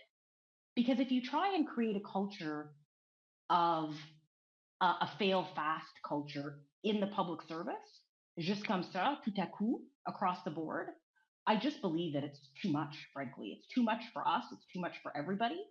And we need practice and we need to start small. So that would be my practical suggestion, would be to identify one or two initiatives where you have decided that when you fail, you're going to be loud and proud about it, and identify it from the start and then follow it through. Great. Merci. On peut prendre une autre question dans la salle. I think we've got another question. And if you have a particular panelist that you'd like to direct it to, feel free. Otherwise, I will exercise my prerogative. Thank you thank you so much. I kind of wanted to preface my question just by mentioning I'm a neurodivergent person, so I'm going to try and phrase my question respectfully, and that is my intention. So I just hope that you understand that and take my question as such. I'm noticing that persons with disabilities are not being included quite as much in the conversation as other marginalized groups. And I'm sorry, I did have a point. And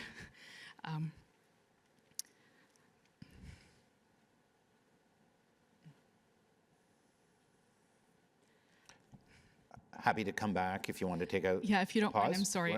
We'll just take a pause. It's fine, and we'll take another question, and then I'll come right back to you to, and maybe we can do two questions at once.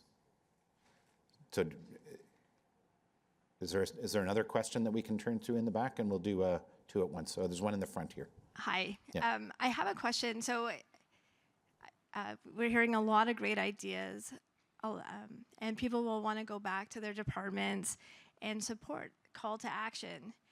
And my question relates to how to do that. So, for example, I'm a researcher. I study ethics. And one of the things that the research shows is that information-based interventions don't always work. And in fact, they can actually have the opposite impact. So there's research showing that some multicultural efforts have actually increased negative perceptions about racial differences and biological differences, that sort of thing. So my question for the panel is, what do you recommend government departments and agencies do when they go back to have a meaningful approach to dealing with the call to action? Very good.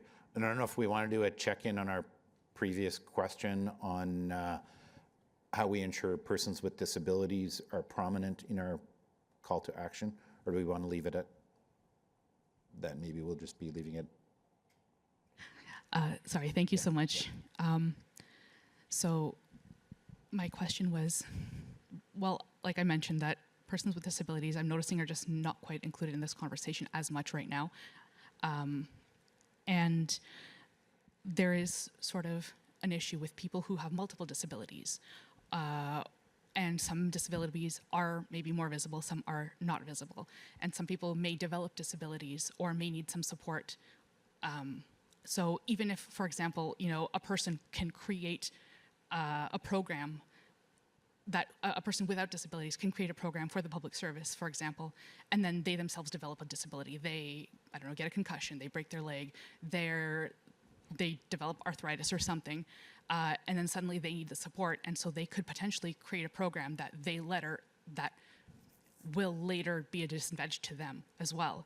So, and there's also different layers of that. A person, like for example, a woman with a disability has multiple layers of struggles, being a woman in the public service as well as being a person with disabilities. And it is harder to get accommodations, I think, as a woman, because certain types of disabilities that women have, or certain, I'm using the term woman a little bit more loosely. People, they're medically, women aren't taken necessarily as seriously all the time. And so that also causes issues with things like filling out the forms necessary by a doctor to get the accommodations that one needs. And it's just a very complicated and there's so many different layers to it. And so, and there's also types of disabilities like neurodivergencies that tend to get ignored or maybe not ignored, but not considered in the conversation. Things like when we talk about values and ethics, some people might think, to be respectful, you have to phrase things in a specific way, where a person who is neurodivergent might not be intending to be disrespectful. They're just trying to be honest in their question, and their question or their comment is coming from a true place of trying to help or from a true place of curiosity. But it is heard or seen from the lens of, they're just trying to push buttons or they're just trying to be mean. And so they're not actually heard. And so there's that, you don't feel welcome in the conversation because of that.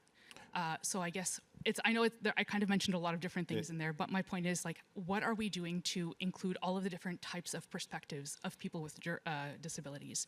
How are we making sure that people with disabilities in all of the different forms, and also just people who are marginalized, who fit into multiple different categories? I'm using that term categories a little loosely, but like that everyone is being heard and everything is being taken into consideration. Very good. So we've got two profoundly important questions here. One on inclusions of persons with disabilities. This is one that's near and dear to my heart. I talked about the importance of being in a service organization, and the slogan, "Nothing about us without us," is much more than a slogan. It's critically important we design services with persons with disabilities in mind. I don't know if any panelist wants to do a quick reflection on that one, or this other interesting question we had on research objectives, and then we're going to do a quick wrap up after that. Patrick, do you want to? Yeah, I'm happy to jump in on that first question that was asked. My advice would be just go back and get involved. I mean, I think there's a lot of opportunities. There's a lot of things happening across various departments, real tangible initiatives that are being undertaken at the departmental level. But I truly believe everybody has a role to play. As an individual, get involved, and whether it's from a research perspective, well, that's something that you could bring to the table, and I think they would be very useful. Of course, make sure that, to your point, nothing without us, or nothing for us without us. Make sure that you're engaging, whether it's Indigenous employee networks within your departments or other networks. Make sure that you're working with them and engaging with them as allies to try and find some of these solutions. So just quick advice on that. That's great. That successful engagement internally leads to more appropriate services for Canadians. Maybe just turn to some last reflections to the panel on any last comments you want to share on perhaps what success looks like or what you aspire to seeing as outcomes. Nadia, do you want to go first? Concluding thoughts? Yeah, maybe I'll use my couple of minutes minutes, maybe to address the question that somebody asked about disabilities and how we do a little bit better on that. Just because I think that it warrants a little bit a couple more minutes.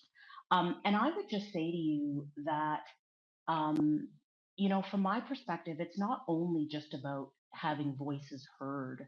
I really do think that when you're talking about multiple layers of inclusion and multiple layers of giving our employees what they need to survive and thrive in the workplace and deliver for us, it really does take, as Patrick said, folks to get involved.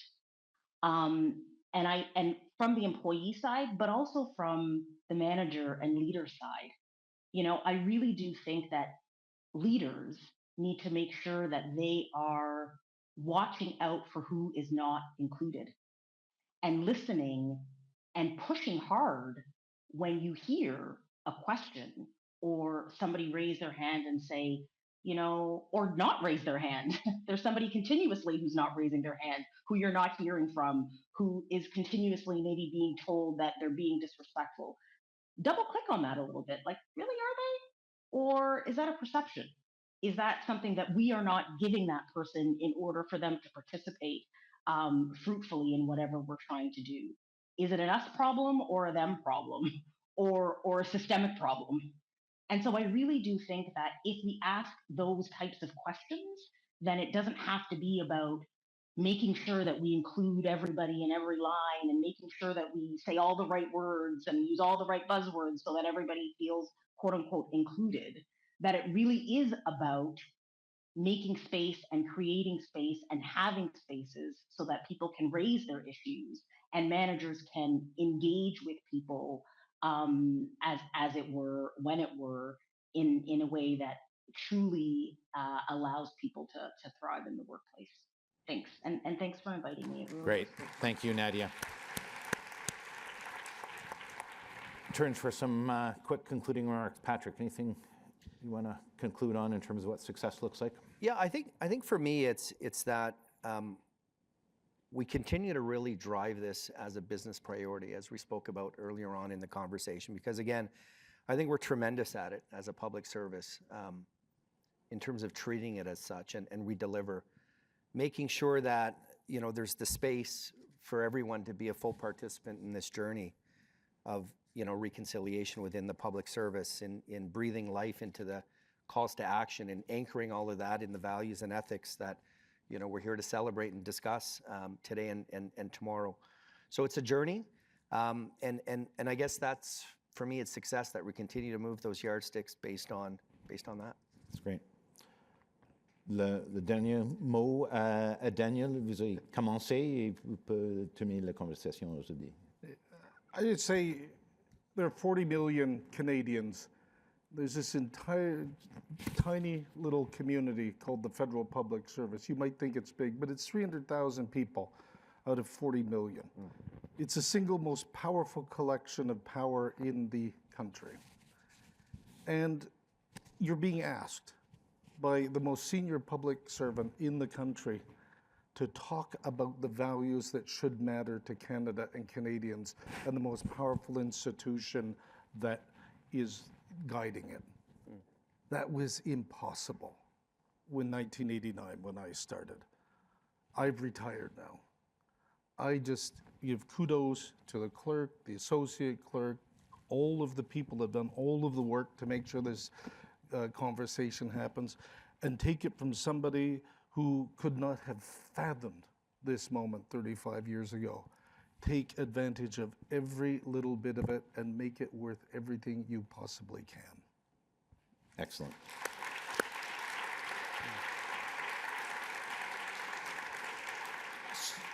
So with that, I want to thank our three amazing panelists. That was a rich conversation, and we had some great insights from all your different perspectives and backgrounds and experiences. I really appreciate you sharing your frank thoughts and just putting some words of wisdom, making them available for the broader public service community. Merci beaucoup à vous trois.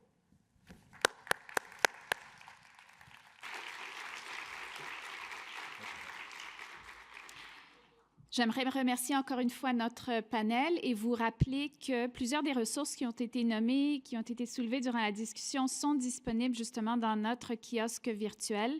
So many of the resources that have been mentioned are available in our virtual kiosk. So I invite you to please scan the code to access that information. So as we move to our next panelist, we're going to be queuing up a quick little video for you.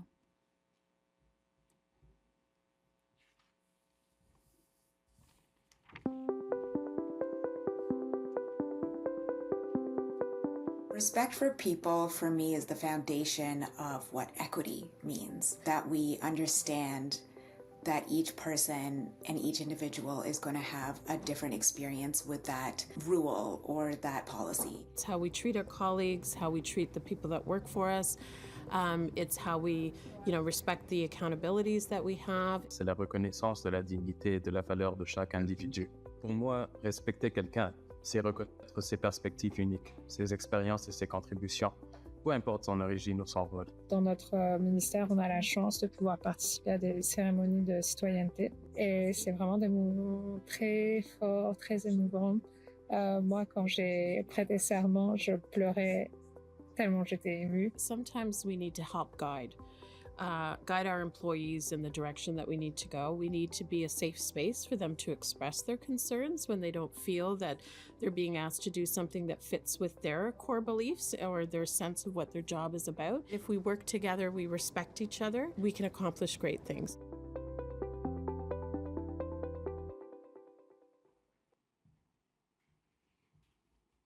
J'ai maintenant le véritable honneur d'inviter notre prochaine conférencière. Yasmine Laroche est la première personne ayant un handicap visible à devenir sous-ministre fédérale au Canada et a été première sous-ministre de l'accessibilité au sein de la fonction publique du Canada.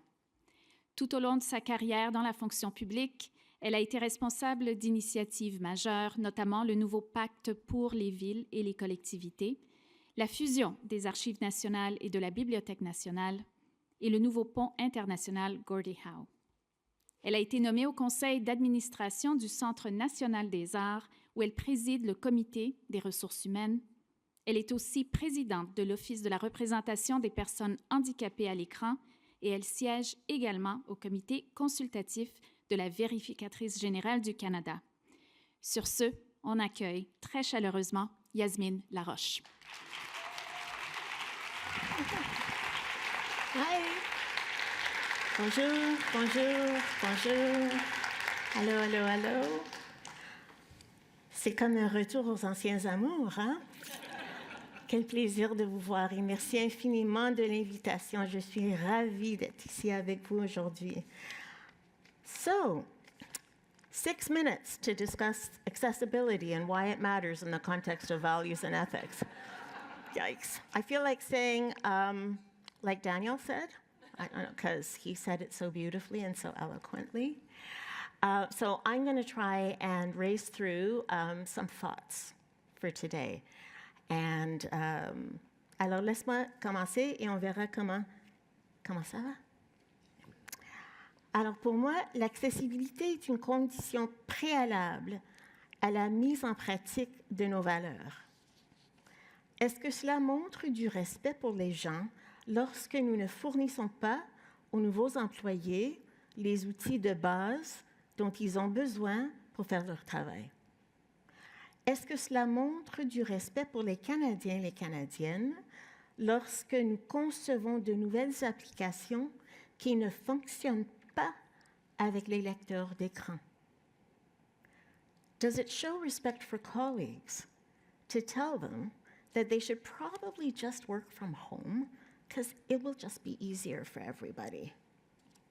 Does it show respect when a guest from outside the public service uses the posted address on the website for your office only to find that there is no accessible entrance at that address? These are all examples that we heard from our conversations with thousands of public servants as we designed the first public service accessibility strategy. Now, that strategy did launch a number of great initiatives AAACT's lending library and training modules around assistive technology, the Workplace Accessibility Passport, a resource hub on everything to do with accessibility. And we have frameworks, and we have guidance. We have the clerk's call to action, the GBA Plus framework, the many offerings of the Canada School. This is all great stuff. But the problem is, people need to actually use the tools, the frameworks, and the training, and then apply them. Otherwise, they risk becoming tick-the-box exercises, and they don't actually result in change. Lorsque j'ai commencé mon dernier emploi, les données étaient vraiment préoccupantes. Les fonctionnaires en situation de handicap étaient embauchés moins souvent, partaient plus rapidement et avaient les taux de promotion les plus bas de tous les groupes sous-représentés dans la fonction publique canadienne. Et les taux de harcèlement et de discrimination les plus élevés.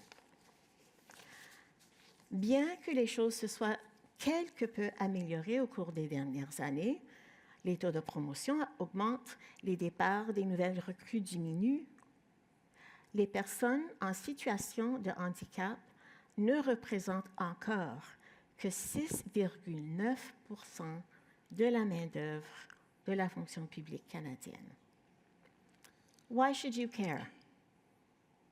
Well, 27% of Canadians live with at least one disability. That's an increase of 5% between 2017 and 2022. And it will continue to rise. Soon, it will be 1/3 of the Canadian population. Everyone's lives will be touched by disability. You, a family member, a neighbor, a colleague.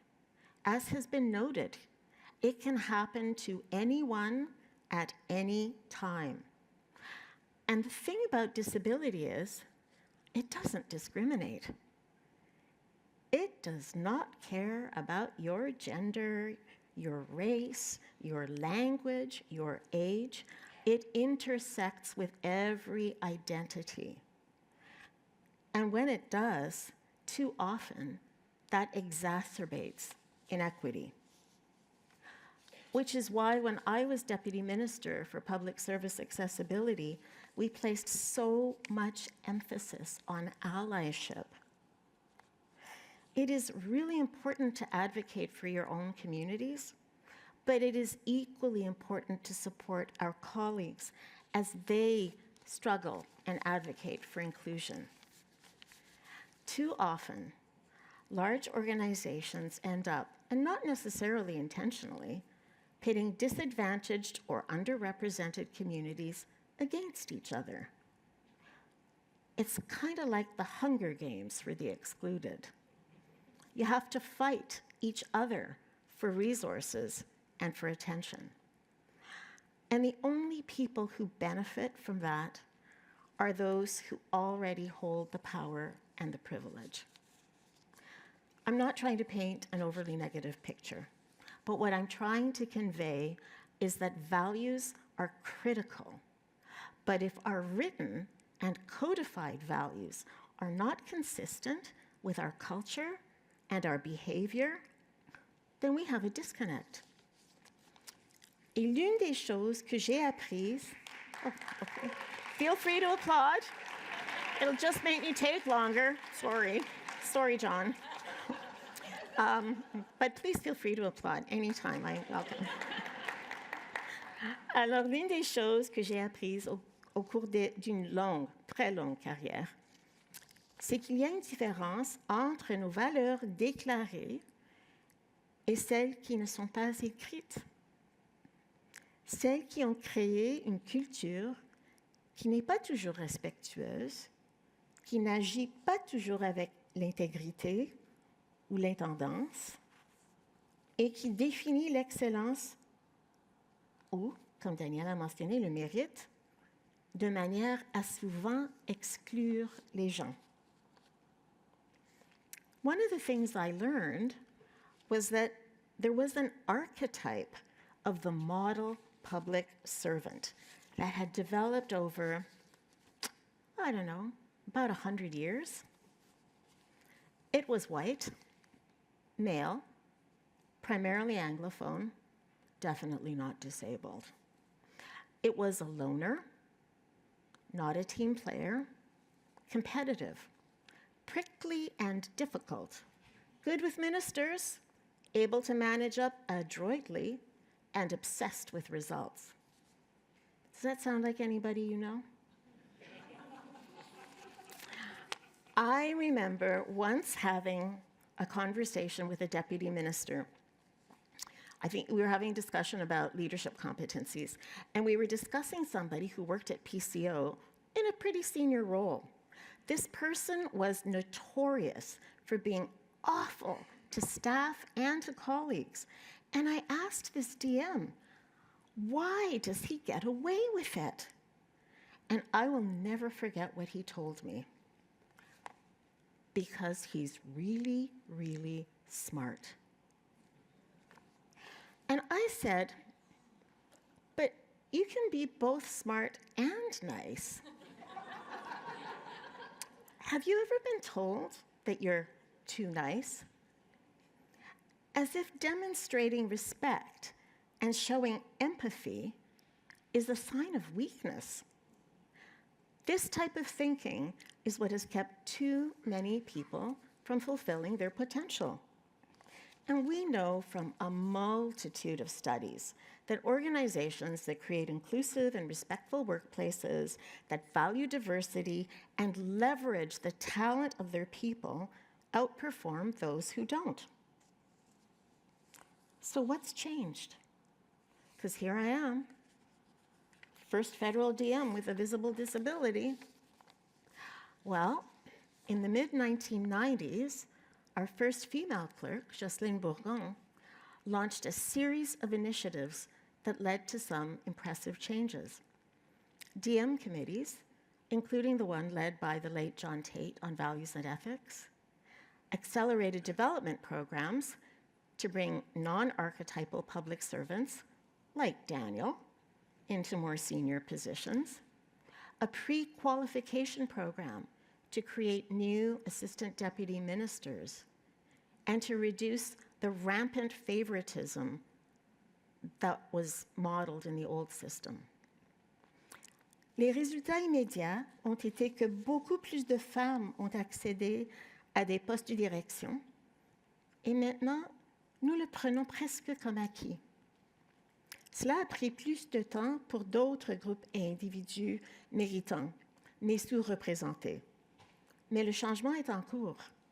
Je le vois. Il est ici. Alors maintenant, laissez-moi passer à ce que je pense que vous, les personnes dans cette salle et participants virtuellement, pouvez faire. First, think about the privilege of working in an organization that is designed to serve Canada and Canadians. That's our raison d'être. That is an unbelievable gift.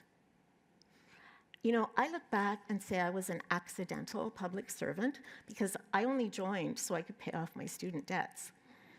And of course, I got hooked. I came to understand that in the public service, I could make a tangible contribution to the life of my country, which is where my own personal motto comes from. Make things better. And as I look back on my career, I can say that I did my very best to live up to that motto, whether in developing cultural policy, designing new national infrastructure programs, creating the New Deal for cities. I had the opportunity to contribute and to make a difference. And then I got to do a job that spoke directly to who I am and what I care deeply about. Why does that matter? Because it speaks to the public service that you are becoming.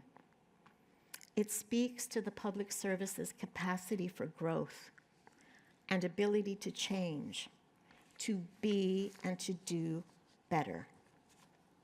So let me ask you to think about a few things. How do you show up? How do you give life to these core public service values? As others have said, too often we look to somebody else to take care of it, but the only way these things become real is when we apply them to the way we do things, big and small. If you're a manager, do you ask your staff, how can I help you to flourish in this job and to realize your potential? Soyez curieux du monde, des personnes qui ne vous ressemblent pas nécessairement ou ne pensent pas comme vous. C'est une grande partie des Canadiens et des Canadiennes que nous servons, et ce sont aussi nos collègues. Soutenez les différentes perspectives et points de vue. La pire chose qui puisse arriver à une organisation est la pensée de groupe. Ce n'est pas ainsi que les meilleures solutions sont créées. Je l'ai parfois entendu décrire comme une collaboration adversariale. Adversarial collaboration. J'adore cette expression. Cela signifie faire de la place pour la différence et se sentir à l'aise avec l'inconfort. Getting comfortable with discomfort. Pour moi, ça, c'est une façon de vivre la valeur du respect. I believe we give life to public service values in the way, the how, that we work with and for others.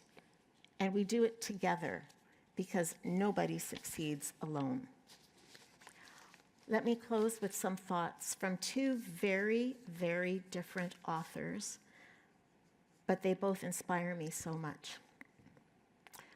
The first is another old white guy, dead a long time ago, E.M. Forster, whose beautiful novel, Howard's End, has at its very core the phrase, only connect.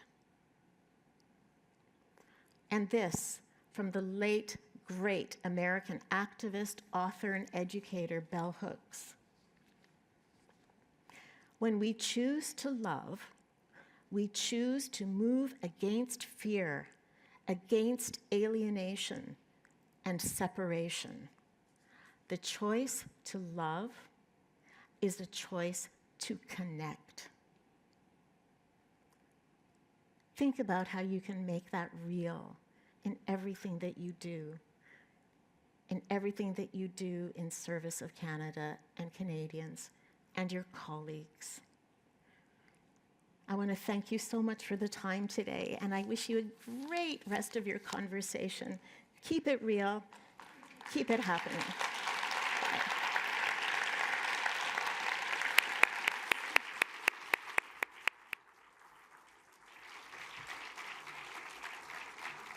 Thank you, Madame Laroche, for closing us out and sharing some valuable insights, some key takeaways. You have a lot of big fans, including myself.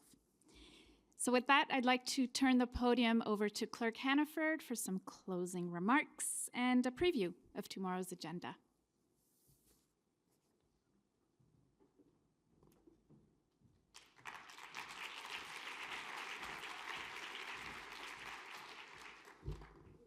Thank you very much. Merci beaucoup, Yasmine. C'était vraiment fantastique d'avoir l'occasion d'apprendre vos perceptions et votre sagacité, parce que c'est vraiment essentiel pour notre travail concernant les valeurs et l'éthique. You know, the one thing I would say based on my participation in sessions like this over the course of the last year is we're always left wanting more, and I certainly feel that way. I think this is a very, very rich conversation, and I think, you know, from the very beginning, Chris's chat with Zabine this morning, to the best practices, to the conversation around call to ethics, and then Yasmine's really extraordinary comments at the end.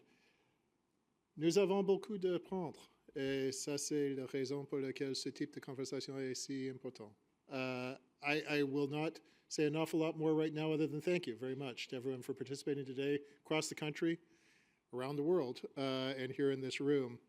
I am inspired by these conversations. I really am. And I think Chris said it this morning, these are the things that unite us. There are many, many things that are different, of course, across our organization. We are, notwithstanding the fact that we're not immense, we're pretty big. And that is pretty big in a number of ways. We're diverse across our geography. We're diverse in terms of the functions we perform.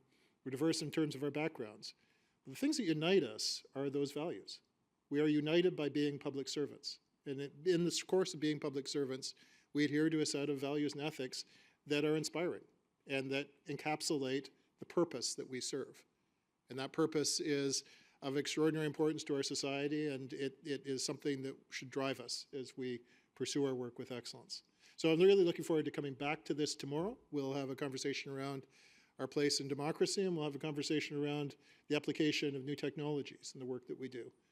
And I thank you again for your participation today, and thank you, Natalie, for your emceeing.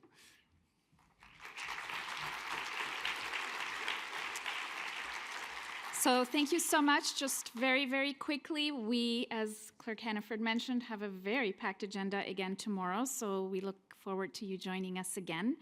I'm also excited to share, and it was mentioned earlier, that we have many regional events that are taking place across Canada and probably abroad as well, and we'll be bringing some highlights, so stay tuned for that.